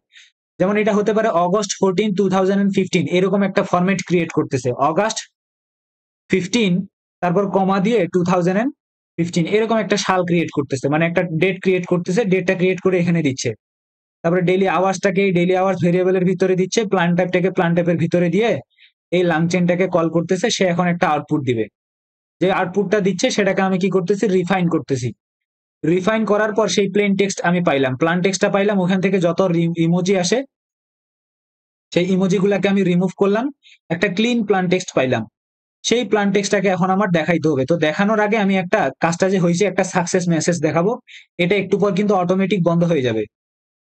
পার্সোনালাইজ স্টাডি প্ল্যান এটা একটু দেখাবে, দেখানোর পর ওটাকে তো আমার প্রিন্ট করে দিতে হবে। আবার এসটি ডট এই যে স্ট্রিমলাইট ডট মার্কডাউনের মাধ্যমে আমি সেই স্টাডি প্ল্যানটাকে এখন এখানে প্রিন্ট করাচ্ছি। স্টাডি প্ল্যানটা কোথায়, এটা হচ্ছে ক্লিক করে নেই যেহেতু। এনিওয়ে আমরা একটু আগে দেখছি আউটপুটটা, ধরো আমি এখানে দিলাম, এখন কি করবো, ওই ইয়ার বেসিসে সে জেনারেট করতেছে।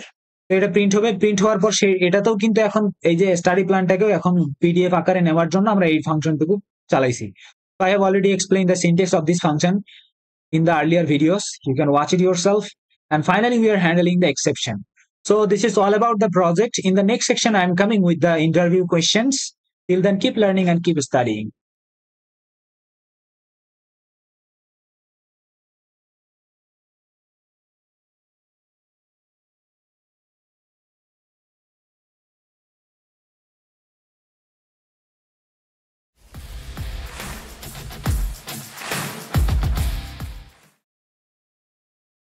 আমরা অলরেডি এই জিনিসগুলো পড়ে ফেলছি, এবার নেক্সট সেকশনে যাব, সেটা হচ্ছে QnA, question and answer, viva প্রস্তুতি। ওকে, তো প্রথমে কিছু কোশ্চেন আমরা দেখি, প্রবাবল কিছু কোশ্চেন আমি এখানে লিস্ট করছি, এগুলা এগুলা, তারপরে এখানে কিছু কোশ্চেন আছে এবং ফাইনালি এখানে কিছু কোশ্চেন আছে। তো এই কোশ্চেন গুলোর আনসার গুলো আমরা এখন দেখি। প্রথম যে প্রশ্নটা, প্রথম প্রশ্নটা, can you explain the workflow of your app from YouTube URL input to study plan generation? YouTube URL input থেকে স্টাডি প্ল্যান জেনারেশন পর্যন্ত আমাদের পুরো অ্যাপের যে ওয়ার্কফ্লোটা, তো এটার আনসারে আমরা বলতে পারি যে আমাদের যে অ্যাপটা আছে এটা একটা ইউটিউব ইউআরএল নিচ্ছে, আমরা একটা ইউটিউব ইউআরএল দিচ্ছি, সে একটা ইউটিউব ইউআরএল নিচ্ছে, নিয়ে ইউটিউব ট্রান্সক্রিপ্ট এপিআই এর মাধ্যমে সে সেখান থেকে ট্রান্সক্রিপ্টটা ফেচ করতেছে। ফেচ করার পরে আমরা একটা প্রম্পট জেনারেট করতেছি, সেই প্রম্পটটা লিখে ওই ট্রান্সক্রিপ্টটা সহ আমরা আমাদের যে মডেলটা আছে এল লামা বা লামা, সেটাকে দিচ্ছি। এই লামা আমাদের এই প্রম্পটটা আর এই ট্রান্সক্রিপ্টটা নিয়ে সেটাকে একটা সুন্দর সামারি আর বুলেট পয়েন্ট আকারে একটা স্মার্ট নোট জেনারেট করে দিচ্ছে। এরপর একটা কোশ্চেন এবং আনসারের একটা সেকশন আসতেছে, সেখানে আমরা কোশ্চেন করলে সেই আনসার দিচ্ছে আমাদের এই লেকচারটার উপরে বেস করে। এবং সবার শেষে আমাদের অ্যাপটাতে আরেকটা ফাংশনালিটি আছে, সেটা হচ্ছে এটা স্টাডি প্ল্যান জেনারেট করতেছে ডেডলাইন, পরীক্ষা বা হচ্ছে আমাদের যে অ্যাসাইনমেন্টের ডেডলাইনের উপরে বেস করে এটা জেনারেট করতেছে। ওকে, সো এটাই হচ্ছে আমাদের যে পুরা অ্যাপের ওয়ার্কফ্লোটা। এডিশনাল ফিচার হিসেবে আমরা বলতে পারি এটাকে আমরা লোকালি ডাউনলোড করতেছি না এই মডেলটাকে, এটা আমরা একটা হোস্টেড সার্ভার থেকে এটাকে ইউজ করতেছি এপিআই কি এর মাধ্যমে, এটুকু বললেই হবে। Why did you choose Streamlight? Next প্রশ্ন, why did you choose Streamlight for this project instead of Flask and Django? What is Streamlight and how does it work? বলতেছে Streamlight, আমরা জানি Streamlight যে ফ্রেমওয়ার্কটা আমরা এখানে ইউজ করছি, আমি এতক্ষণ হয়তো লাইব্রেরি বলছিলাম, তো এটা লাইব্রেরি আর ফ্রেমওয়ার্ক এনিথিং জাস্ট মনে রাখো, এটা আমাদের ইউআই এর যে ফাংশনালিটিস গুলো সেটা দিচ্ছে। তো এখানে বলতেছে এখানে আমরা ফ্লাস্ক বা জ্যাঙ্গো সেটাও তো ইউজ করতে পারতাম, জ্যাঙ্গো হচ্ছে পাইথনের একটা ফ্রেমওয়ার্ক, ফ্লাস্কও সেরকমই কিছু একটা। তো এই ফ্লাস্ক এবং জ্যাঙ্গো যদি আমরা ইউজ করতাম আমাদের কিন্তু এইচটিএমএল সিএসএস জাভাস্ক্রিপ্ট এগুলো আলাদা করে নলেজ থাকা লাগতো, বাট আমরা চাচ্ছিলাম আমরা সিম্পল এই প্রজেক্টটা করছি মূলত ডেটা সায়েন্সের পার্সপেক্টিভ থেকে। সো আমাদের পাইথন শিখতেছি অলরেডি, আমাদের খুব বেশি ধরো নলেজ নাই, মানে এই ধরনের এই যে স্ট্রিমলাইটকে ডিজাইনই করা হয়েছে যাদের পাইথন ইউজ করে ডেটা সায়েন্স বা মেশিন লার্নিং এর যে প্রজেক্ট গুলো যেন আমরা করতে পারি, যেখানে ডেভেলপারদের ডেপথ কোনো নলেজের প্রয়োজন নাই এইচটিএমএল বা সিএসএস বা ওয়েব ডেভেলপমেন্ট পার্সপেক্টিভ থেকে। ওকে, তো ফ্লাস্ক এবং জ্যাঙ্গো দিয়ে কাজ করতে গেলে আমার ওগুলার নলেজ লাগতো, এইচটিএমএল সিএসএস এর নলেজ লাগতো, বাট স্ট্রিমলাইটে এটা কিছুর প্রয়োজন নাই। এজন্য আমরা এটাকে চুজ করছি। বলছে what is Streamlit and how does it work? Streamlit হচ্ছে একটা পাইথন লাইব্রেরি, এটা হচ্ছে একটা পাইথনের একটা ফ্রেমওয়ার্ক যেটা আমাদেরকে এই ইন্টারেক্টিভ অ্যাপ ডিজাইন করার ক্ষেত্রে, ইন্টারেক্টিভ ডেটা সায়েন্স অ্যাপ্লিকেশন বা ইন্টারেক্টিভ পাইথন অ্যাপ্লিকেশন ডিজাইন করার ক্ষেত্রে আমাদেরকে হেল্প করে। সিম্পল যে ইন্টারেক্টিভ তো অবশ্যই আমাদের এটাতে আমরা ইন্টারেক্ট করতে পারতেছি, ইনপুট দিতে পারতেছি, আউটপুট নিতে পারতেছি। ওকে, সো স্ট্রিমলাইট হচ্ছে একটা পাইথন লাইব্রেরি যেটা ইন্টারেক্টিভ ইউআই ডিজাইন করার জন্য আমাদেরকে হেল্প করে মেশিন লার্নিং অথবা ডেটা সায়েন্সের প্রজেক্ট গুলোতে। Why did you choose Streamlit for the project instead of Flask or Django? এটা একটু এক্সাজারেট হয়ে গেছে উপরেরটার সাথে, এটার অলরেডি আমরা আনসার পেয়ে গেছি। Which libraries are used in your project and what is their purpose? বলতেছে আমাদের এই প্রজেক্টটাতে আমরা কোন কোন লাইব্রেরি গুলাকে ইউজ করেছি এবং তাদের এক একটার পারপাস কি। তো আমরা যদি একটু দেখি আমাদের প্রজেক্টটার উপরের দিকে কি কি লাইব্রেরি, এটা আমি বারবার বলে দিয়েছি, তারপরে একটু ইন্টারভিউ পার্সপেক্টিভ থেকে বলি। তো এইখানে যে আছে স্ট্রিমলাইট, এটাকে আমরা ব্যবহার করতেছি আমাদের ইন্টারেক্টিভ একটা ইউআই ডিজাইন করার জন্য। ইউটিউব ট্রান্সক্রিপ্ট এপিআই, এটাকে আমরা ব্যবহার করতেছি আমাদের ইউআরএলটাকে ব্যবহার করে ট্রান্সক্রিপ্টটাকে জেনারেট করার জন্য। ডট ইএনবি হচ্ছে আমাদেরকে এপিআইটাকে স্মুথলি যেন এনভায়রনমেন্টে রান করে সেই এনভায়রনমেন্টটাকে সামলাচ্ছে, সেই সিকিউরিটিটাকে সামলাচ্ছে ডট ইএনভি। আর লাংচেইনের মধ্যে থেকে আমাদের যে প্রম্পট টেমপ্লেট আছে, এটা আমাদেরকে অ্যাকচুয়ালি ডাইনামিক্যালি প্রম্পট লেখার জন্য বা ডাইনামিক্যালি একটা প্রম্পটকে মডিফাই করার জন্য আমাদেরকে হেল্প করতেছে। আমি যদি একটু দেখাই, আমরা যে এই যে নিচে একটা প্রম্পট লিখছি এখানে, তো এই প্রম্পট একটা স্ট্যাটিক প্রম্পটের ভিতরে আমি এইটুকু এটার মাধ্যমে কিন্তু ডাইনামিক করতে পারতেছি। তো এই প্রম্পটটাকে আমি লিখতেছি এবং এই প্রম্পটটাকে আমি প্রম্পট টেমপ্লেটটার সাথে আমি আমাদের যে এল লামা মডেলটা, সেটার সাথে আমি কমিউনিকেট করাচ্ছি লাংচেইনের মাধ্যমে, এবং সেখানে কিন্তু এই কমিউনিকেশনে হেল্প করতেছে আমাকে chat open AI. Chat open AI কি করতেছে, আমাদের যে ক্রোমটা আছে সেটার সাথে কানেক্ট করতেছে আমাদের এআই মডেলটাকে। ওকে, ওএস দিয়ে আমরা কি করতেছি এখানে, ওএস আমরা যখন পিডিএফ ডাউনলোড করতেছি আমাদের অপারেটিং সিস্টেমের হার্ডওয়্যার অ্যাক্সেস নিচ্ছে। আর এই দিয়ে রেগুলার এক্সপ্রেশন জেনারেট করতেছে, যেটা আসলে আমাদের ইউআরএলটা থেকে আমাদের আইডি এর প্যাটার্নটাকে ম্যাচ করে একটা নিয়ে আসতেছে, একটা অ্যান্সার নিয়ে আসতেছে, এবং এফপিডিএফ এর মাধ্যমে আমরা পিডিএফটাকে জেনারেট করতেছি। So this are the library we have used in our project.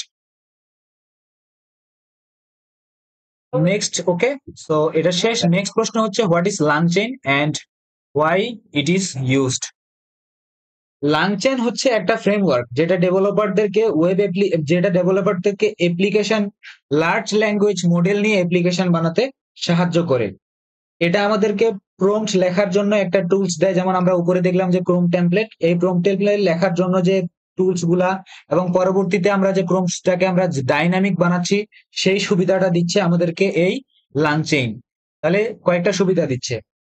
একটা হচ্ছে আমরা এলএলএম মডেল গুলা নিয়ে যখন কাজ করতেছি তখন আমরা এটা নিয়ে কাজ করতে পারি, কারণ এখানে কিন্তু এলএলএম মডেল গুলা বা লার্জ ল্যাঙ্গুয়েজ মডেল যেমন চ্যাটজিপিটি, জেমিনাই, এরা কি করে চেইন, মানে একটা উপরে প্রশ্ন করছি সেটার বেসিসে একটা আনসার দিচ্ছে, আরেকটা প্রশ্ন করতেছি সেটার বেসিসে আনসার দিচ্ছে। তো এই যে চেইনিং হচ্ছে, এই ধরনের লার্জ ল্যাঙ্গুয়েজ মডেল গুলাকে নিয়ে কাজ করার সময় যে টুলস গুলার প্রয়োজন হয় সেটা আমাদেরকে লাঞ্চ চেঞ্জ দেয়। এটা কিন্তু একটা ফ্রেমওয়ার্ক, এবং এই ফ্রেমওয়ার্কটা পাইথন জাভাস্ক্রিপ্ট দুইটাই সাপোর্ট করে। ওকে, তো আমরা মূলত এখানে আমাদের প্রজেক্টে লাঞ্চেন ইউজ করে কি করতেছি, আমরা স্ট্রাকচার করতেছি এই প্রম্পটটাকে সামারাইজেশন করার জন্য, এবং কারেক্টলি আমরা এখানে ট্রান্সক্রিপ্টটাকে নিচ্ছি, ট্রান্সক্রিপ্টটাকে আমরা সামারাইজ করতেছি, কানেক্ট মানে আমাদের যে ট্রান্সক্রিপ্টটা আছে এটাকে কানেক্ট করতেছে আমাদের যে এআই মডেলটা আছে সেটার সাথে।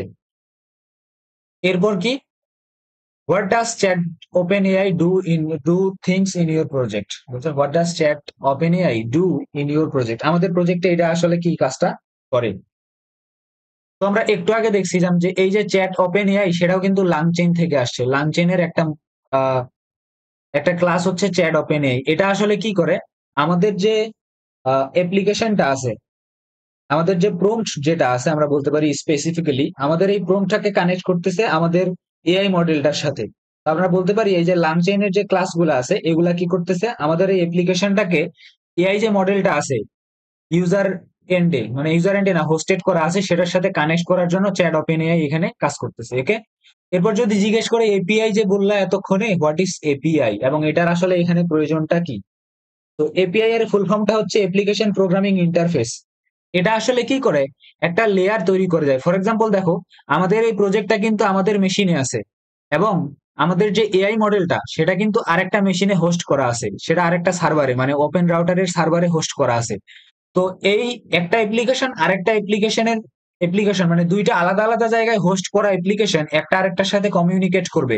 তারা ডিরেক্টলি কিন্তু কমিউনিকেট করতে পারবে না, তাদেরকে কিছু সেট অফ রুল মেনে চলতে হবে। তো এইখানে এই যে এন্ড পয়েন্টের এই কাজটা করে দেয় হচ্ছে আমাদের এপিআই। এপিআই কি, আমরা বলবো সিকিউরিটির একটা লেয়ার, বা আবার বলবো হচ্ছে সেট অফ রুলস, যেটা আমাদেরকে একটা এন্ড পয়েন্ট দিচ্ছে। এই এন্ড পয়েন্টটাকে আমরা কি করতেছি, এখান থেকে একটা রিকোয়েস্ট দিচ্ছি, সেই রিকোয়েস্টটা নিয়ে যাচ্ছে ওই অ্যাপ আবার এই রিকোয়েস্টটা রিসিভ করতেছে, রিকোয়েস্টটাকে রিসিভ করার পরে ওই আবার হচ্ছে কিছু রেসপন্স দিচ্ছে, এপিআই সেই রেসপন্সটা এনে আমাদের অ্যাপ্লিকেশনে দিচ্ছে। এটাই হচ্ছে এপিআই এর এখানে কাজ।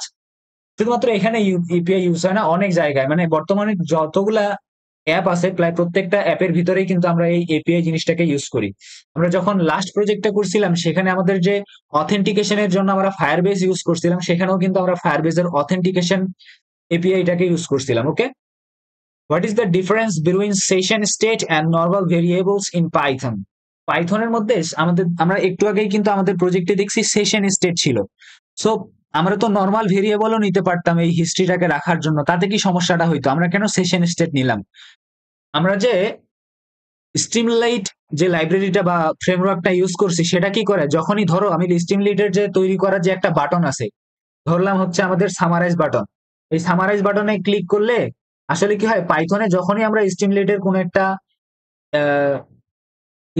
কোনো একটা ইয়াতে আমরা যখন ক্লিক করি, কোন একটা কম্পোনেন্টে যখন আমরা ক্লিক করি, পাইথনের যে পুরো কোডটা কিন্তু এখানে রিরান হয়ে যায়, তো রিসেট হয়ে যায় পুরো কোডটা। যখনই রিরান হবে, যদি নর্মাল ভেরিয়েবল ডিক্লেয়ার করি তাহলে সবগুলা ভেরিয়েবল কিন্তু আবার প্রথম থেকে ইনিশিয়ালাইজ হবে। আর যদি সবগুলা ভেরিয়েবল প্রথম থেকে ইনিশিয়ালাইজ হয়ে যায় তাহলে তো আমার হিস্টোরিটা এখানে ধরে থাকতেছে না। আমার তো হিস্টোরিটা ধরে থাকতে হবে, কনটেক্সটটাকে ধরে রাখতে হবে। এই জন্য এক্ষেত্রে আমরা সেশন ভেরিয়েবল নেই। আমার পাইথনের যে স্ক্রিপ্টটা আছে সেই স্ক্রিপ্টটা যদি রিরানও হয়, আমাদের হিস্ট্রিটা কিন্তু সেখানে থেকে যাবে যদি আমরা সেশন নেই। নর্মাল ভেরিয়েবলে এটা পসিবল না। এবং এরপর কি, science, since this is a data science project, what data science concept are applying in here? আমাদের এই প্রজেক্টটাকে তাহলে আমরা ডেটা সায়েন্সের কোন কনসেপ্টটাকে এখানে অ্যাপ্লাই করতেছি? আমরা যে কাজ করতেছি সেটা একটা ন্যাচারাল ল্যাঙ্গুয়েজ প্রসেসিং মডেল নিয়ে কাজ করতেছি, যে আমাদের ন্যাচারাল ল্যাঙ্গুয়েজটাকে বুঝতে পারে। আমরা কি করতেছি বেসিক্যালি, আমরা একটা ইউআরএল থেকে ট্রান্সক্রিপ্টটাকে জেনারেট করতেছি। সো এই ট্রান্সক্রিপ্টটা কিন্তু একটা ন্যাচারাল ল্যাঙ্গুয়েজ। ওই ন্যাচারাল ল্যাঙ্গুয়েজটাকে আমরা প্রসেস করে সামারি আকারে দেখাচ্ছি। এই এবং এটা করতেছি একটা মডেলের মাধ্যমে। এই মডেলটা আসলে একটা ন্যাচারাল ল্যাঙ্গুয়েজ প্রসেসিং মডেল। এবং এই মডেলটা কিভাবে বুঝতেছে, সে কিন্তু অনেকগুলা ডেটা দিয়ে অলরেডি ট্রেন, অনেকগুলা সেন্টেন্স তার ভিতরে দেওয়া হয়েছিল, দিয়ে প্যাটার্ন দেওয়া হয়েছিল, সে ওই প্যাটার্ন গুলা দেখে দেখে শিখছে। এজন্য আমরা যখন কোনো টেক্সট দেই সে কিন্তু বুঝতে পারে যে এটার মিনিংটা কি। ওকে, সো এটাই হচ্ছে আমাদের এনএলপি এর কনসেপ্ট। এটার উত্তর হচ্ছে এনএলপি বা natural language processing. What kind of data are you processing in this app? Structure, unstructure নাকি সেমি স্ট্রাকচার? তো আমরা যে ডেটাগুলো এখানে প্রসেস করতেছি এটা একটা আনস্ট্রাকচার ডেটা। কারণ আমরা যে ইউটিউব এর ইউআরএল থেকে যে ট্রান্সক্রিপ্ট নিচ্ছি সেই ট্রান্সক্রিপ্ট গুলা কিন্তু হজবরল টাইপের জাস্ট টেক্সট। ওগুলাকে আমরা কি করতেছি, সেখান থেকে আমরা প্রসেস করতেছি, সেগুলাকে আমরা প্রসেস করার পর একটা সুন্দর করে বুলেট পয়েন্ট আকারে সাজিয়ে গুছিয়ে রাখতেছি, স্ট্রাকচার করতেছি। তো আনস্ট্রাকচার কিছু ডেটাকে আমরা এখানে স্ট্রাকচার করতেছি। How is text pre processing applied in your project? এখানে টেক্সট প্রি প্রসেসিং আমাদের কোথায় হয়েছে? তো টেক্সট প্রি প্রসেসিং বলতে বুঝাইছে আমরা যে ইউটিউব ইউআরএলটা থেকে ট্রান্সক্রিপ্টটা নিচ্ছি সেটা কিন্তু প্রসেস না। কারণ ট্রান্সক্রিপ্ট যেটা হয় সেটা খুব বেশি প্রসেস করা থাকে না, সেখানে টাইম স্ট্যাম্প থাকে। তো আমরা কি করতেছি, সেখান থেকে টাইম স্ট্যাম্প গুলোকে সরিয়ে আমরা কিন্তু একটা কমপ্লিটলি কন্টিনিউয়াস একটা স্ট্রিং আগে ক্রিয়েট করতেছি। কন্টিনিউয়াস একটা স্ট্রিং এ যদি আমরা মডেলটাকে দেই তাহলে এই মডেলগুলো কি করে, অনেক ভালো পারফরমেন্স দিতে পারে। তো এই জন্য আমরা কি করতেছি, আমাদের যে ট্রান্সক্রিপ্টটা আছে সেখান থেকে আমরা যে টাইম স্ট্যাম্প গুলো আছে সেগুলোকে সরাচ্ছি, সরিয়ে তারপরে এখানে প্রি প্রসেস করতেছি। এবং আরেকটা প্রসেসিং হচ্ছে কোথায়, যখন সামারিটা দিচ্ছে, সামারির সাথে আমাদের এই মডেলটা কিন্তু ইমোজিও দিতে পারে, আমরা এখান থেকে ইমোজি গুলাও সরাচ্ছি, সেটাও কিন্তু একটা প্রি প্রসেসিং। এরপর কি, what is summarization in NLP and which type is your model performing? ও আচ্ছা আচ্ছা, এখানে সামারাইজেশন, আসলে summarization, text summarization, natural language processing এ সামারাইজেশন দুই প্রকার হয়, একটা হচ্ছে এক্সট্রাকটিভ আর একটা হচ্ছে অ্যাবস্ট্রাকটিভ। তো এক্সট্রাকটিভ আসলে কি, আমি এই প্রজেক্টটা বানানোর আগে আমরা যে মডেলটাকে টেস্ট করতেছিলাম, যেখানে আমরা শুধুমাত্র আহ হুইসপার এআই নিয়ে কাজ করতেছিলাম এবং হাগিং ফেস নিয়ে কাজ করতেছিলাম, সেখানে সমস্যাটা হচ্ছিল কি, সে আমাদের ট্রান্সক্রিপ্টটাকে নিচ্ছিল, নিয়ে সেখান থেকে সে শুধুমাত্র লাইনের কোন একটা পার্ট নিচ্ছে, মানে এক্সাক্ট যে ট্রান্সক্রিপ্টটা আছে সেই ট্রান্সক্রিপ্ট থেকে পুরো সেন্টেন্স, কোনো দুই একটা সেন্টেন্সকে নিচ্ছে, অথবা ওই সেন্টেন্সের কোনো একটা পোর্শনকে নিয়ে সে গুছিয়ে দিচ্ছে আমাদেরকে।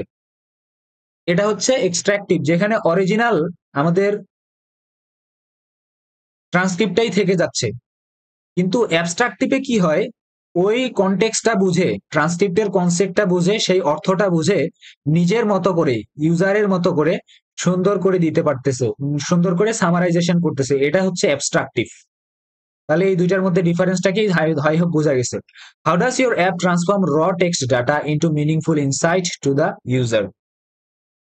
তো এই জিনিসটা আমরা অলরেডি দেখছি। আমরা এখানে কি করতেছি, আমরা ট্রান্সক্রিপ্টটাকে ইউটিউব থেকে ফেচ করতেছি, যেটাকে আমরা বলতে পারি ডাটা এক্সট্রাকশন, এবং ডাটা প্রসেসিং করতেছি। প্রথমে ডাটা এক্সট্রাকশন করলাম, এরপর ডাটা প্রসেসিং করতেছি। প্রসেসিং করার সময় আমি কি করতেছি, ক্লিনিং করতেছি, সামারাইজিং করতেছি টেক্সট গুলাকে, তারপরে স্মার্ট নোট জেনারেট করতেছি, এটা তো প্রসেসিং।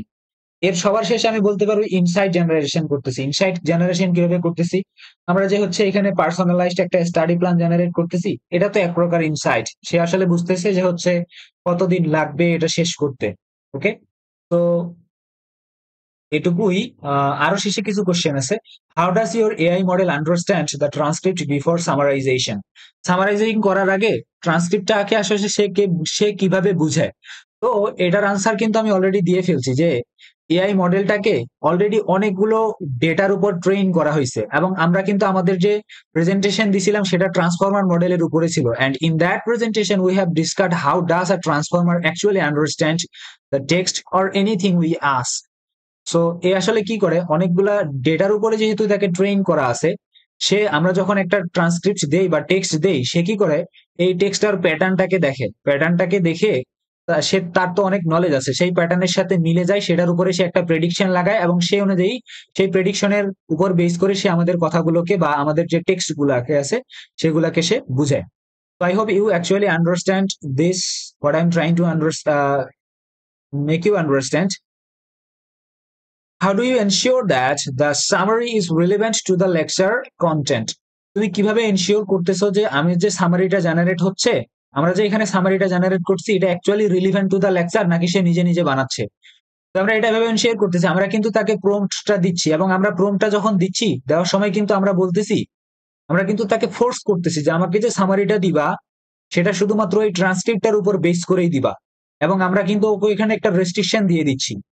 ওকে, সো এটার মাধ্যমে আমরা এখানে এটাকে ইনশিওর করতেছি। আরো যদি ভালো অ্যান্সার আমি বলতে চাই, আর ভালো কি আমি এটুকুই বলতে পারি যে আমরা যে প্রম্পটটা ডিজাইন করতেছি সেটা কিন্তু আমরা স্পেশাল কিছু, মানে স্পেসিফিক্যালি কিছু ইনস্ট্রাক্ট দিচ্ছি, এবং সেটার উপর বেস করে সে আমাদেরকে সামারিটা দিচ্ছে। আরেকটা বলতে পারি, এখানে কিন্তু আমরা কোনো এক্সটার্নাল ডেটা দিচ্ছি না, জাস্ট ওই প্রম্পটটা দিচ্ছি, এবং তার সাথে আমাদের যে ট্রান্সক্রিপ্টটা দিচ্ছি সেটাই দিচ্ছি। তো সে তো এই দুইটার উপর বেস করে আমাদেরকে আনসার দিবে, তা না হলে সে কিভাবে বুঝবে যে কি আনসার দিচ্ছে না হচ্ছে সে। মেন কথা হচ্ছে, I hope you got the idea. How is prompt engineering important in your apps and output quality? Prompt ইঞ্জিনিয়ারিংটা আমাদের আউটপুট কোয়ালিটিটার উপরে হচ্ছে, এটা একটা খুবই, মানে এটা তেমন ইম্পর্টেন্ট কোশ্চেন না, বাট আমি বলে দিচ্ছি। How is prompt engineering important in your apps output quality? এখানে আমাদের যে অ্যাপটা আউটপুট দিচ্ছে সেটার কোয়ালিটিটার উপরে প্রম্পট ইঞ্জিনিয়ারিংটা আসলে কতটা গুরুত্বপূর্ণ, এখানে আসলে কি ইফেক্টটা ফেলতেছে আমি বলতে পারি। তো আমাদের এখানে আমাদের যে অ্যাপটা, এটার ভিতরে আমরা যদি হচ্ছে সুন্দর করে একটা পোয়েম না দিতাম, তাহলে কিন্তু সে ওয়েল স্ট্রাকচার একটা আনসার আমাদেরকে দিত না। তাহলে প্রম্পট ইঞ্জিনিয়ারিং এখানে কন্ট্রোল করতেছে কিভাবে এআইটা আমাদেরকে রেসপন্স করবে, এবং একটা ওয়েল স্ট্রাকচার প্রম্পট আমরা যখন দিচ্ছি, সে কিন্তু একটা এক্সপেক্টেড ফরম্যাট এবং একটা এক্সপেক্টেড স্টাইলে আউটপুট চাচ্ছে। তো এরকমই কিন্তু আউটপুট এখানে জেনারেট হচ্ছে। যেমন আমাদের প্রজেক্টে কিন্তু সামারি গুলা বুলেট পয়েন্ট আকারে দিচ্ছে, নোট গুলা দিচ্ছে, এবং অনেক সুন্দর হিডিং দিচ্ছে, এবং আমাদের নোটটা কিন্তু সেলফ এক্সপ্লানেটরি একটা নোট, যেটা আমরা পড়লে যে কেউ হচ্ছে ওটার মিনিংটা বুঝতে পারবে, এবং ওরকম করেই প্রম্পটটা আমরা এখানে লিখছি। তারপরে ওই স্টাডি প্ল্যানসটা জেনারেট করতেছে। তো পোয়েমটা যদি সুন্দর না হয়তো, বা আমি যদি এভাবে প্রম্পট না লিখতাম, প্রম্পট লেখাটাই তো প্রম্পট ইঞ্জিনিয়ারিং, সুন্দর করে প্রম্পট লেখাটা। তো যেহেতু আমি ভালো করে প্রম্পট লিখতেছি, এই জন্য আমাদের আউটপুটটাও সেরকম করে দিচ্ছে। এরপর ফাইনাল জিনিস, what are the limitations of the AI model used in this project? আমাদের যে প্রজেক্টে আমরা যে এআই মডেলটা ইউজ করতেছি সেটার আসলে লিমিটেশন গুলা কি কি? এই যে এআই মডেলটা আছে, এটার লিমিটেশন গুলা কি কি? কনটেক্সট লেন্থ লিমিট একটা লিমিটেশন, এটা শুধুমাত্র একটা সার্টেন নাম্বার অফ টোকেনকে সে নিতে পারে। খুব বড় ভিডিও যদি হয় 60 ঘন্টা 100 ঘন্টা, আমি যদিও দিয়ে টেস্ট করে নেই, পসিবলই হবে না, মানে অনেক বেশি পরিমাণে টোকেন হয়ে যাবে সেক্ষেত্রে। এটা একটা ঝামেলা হতে পারে। আর যদি বলা হয় আমাদের এই অ্যাপ্লিকেশনটার এখন লিমিটেশন কি, মডেলটার না, আমাদের এই অ্যাপ্লিকেশনটার লিমিটেশন হচ্ছে আমরা শুধুমাত্র ইউটিউব ইউআরএল নিয়ে এখানে কাজ করতেছি। আমরা কিন্তু এখানে ভিডিও টাইপের ডেটা, অডিও টাইপের ডেটা বা ডিরেক্টলি কোনো টেক্সট এখানে দিচ্ছি না, ডিরেক্টলি টেক্সট দিচ্ছি না এখানে যেহেতু। তো এটাও কিন্তু একটা লিমিটেশন আমাদের প্রজেক্টের। এবং এটা কিন্তু লাইভ কোনো ডেটাকে সামারাইজ করতেছে না। এমন যদি হয়তো লাইভে কোনো একটা লেকচার চলতেছে, টিচার বলতেছে, আমি ডিরেক্টলি ওটাকে ইনপুট নিতাম যদি মাইক্রোফোনের মাধ্যমে এবং প্রসেস করতাম, সেটা একটা আলাদা ব্যাপার হইতো, but this type of works are not being happen here. So এটুকুই ছিল আমাদের project. I hope the video was helpful for you people. If you really think that this video was helpful for you, please like, comment and share this video with your friend. And যারা গ্রুপমেট আসো, তাদের যদি আরো কোনো query থাকে, you can ask me.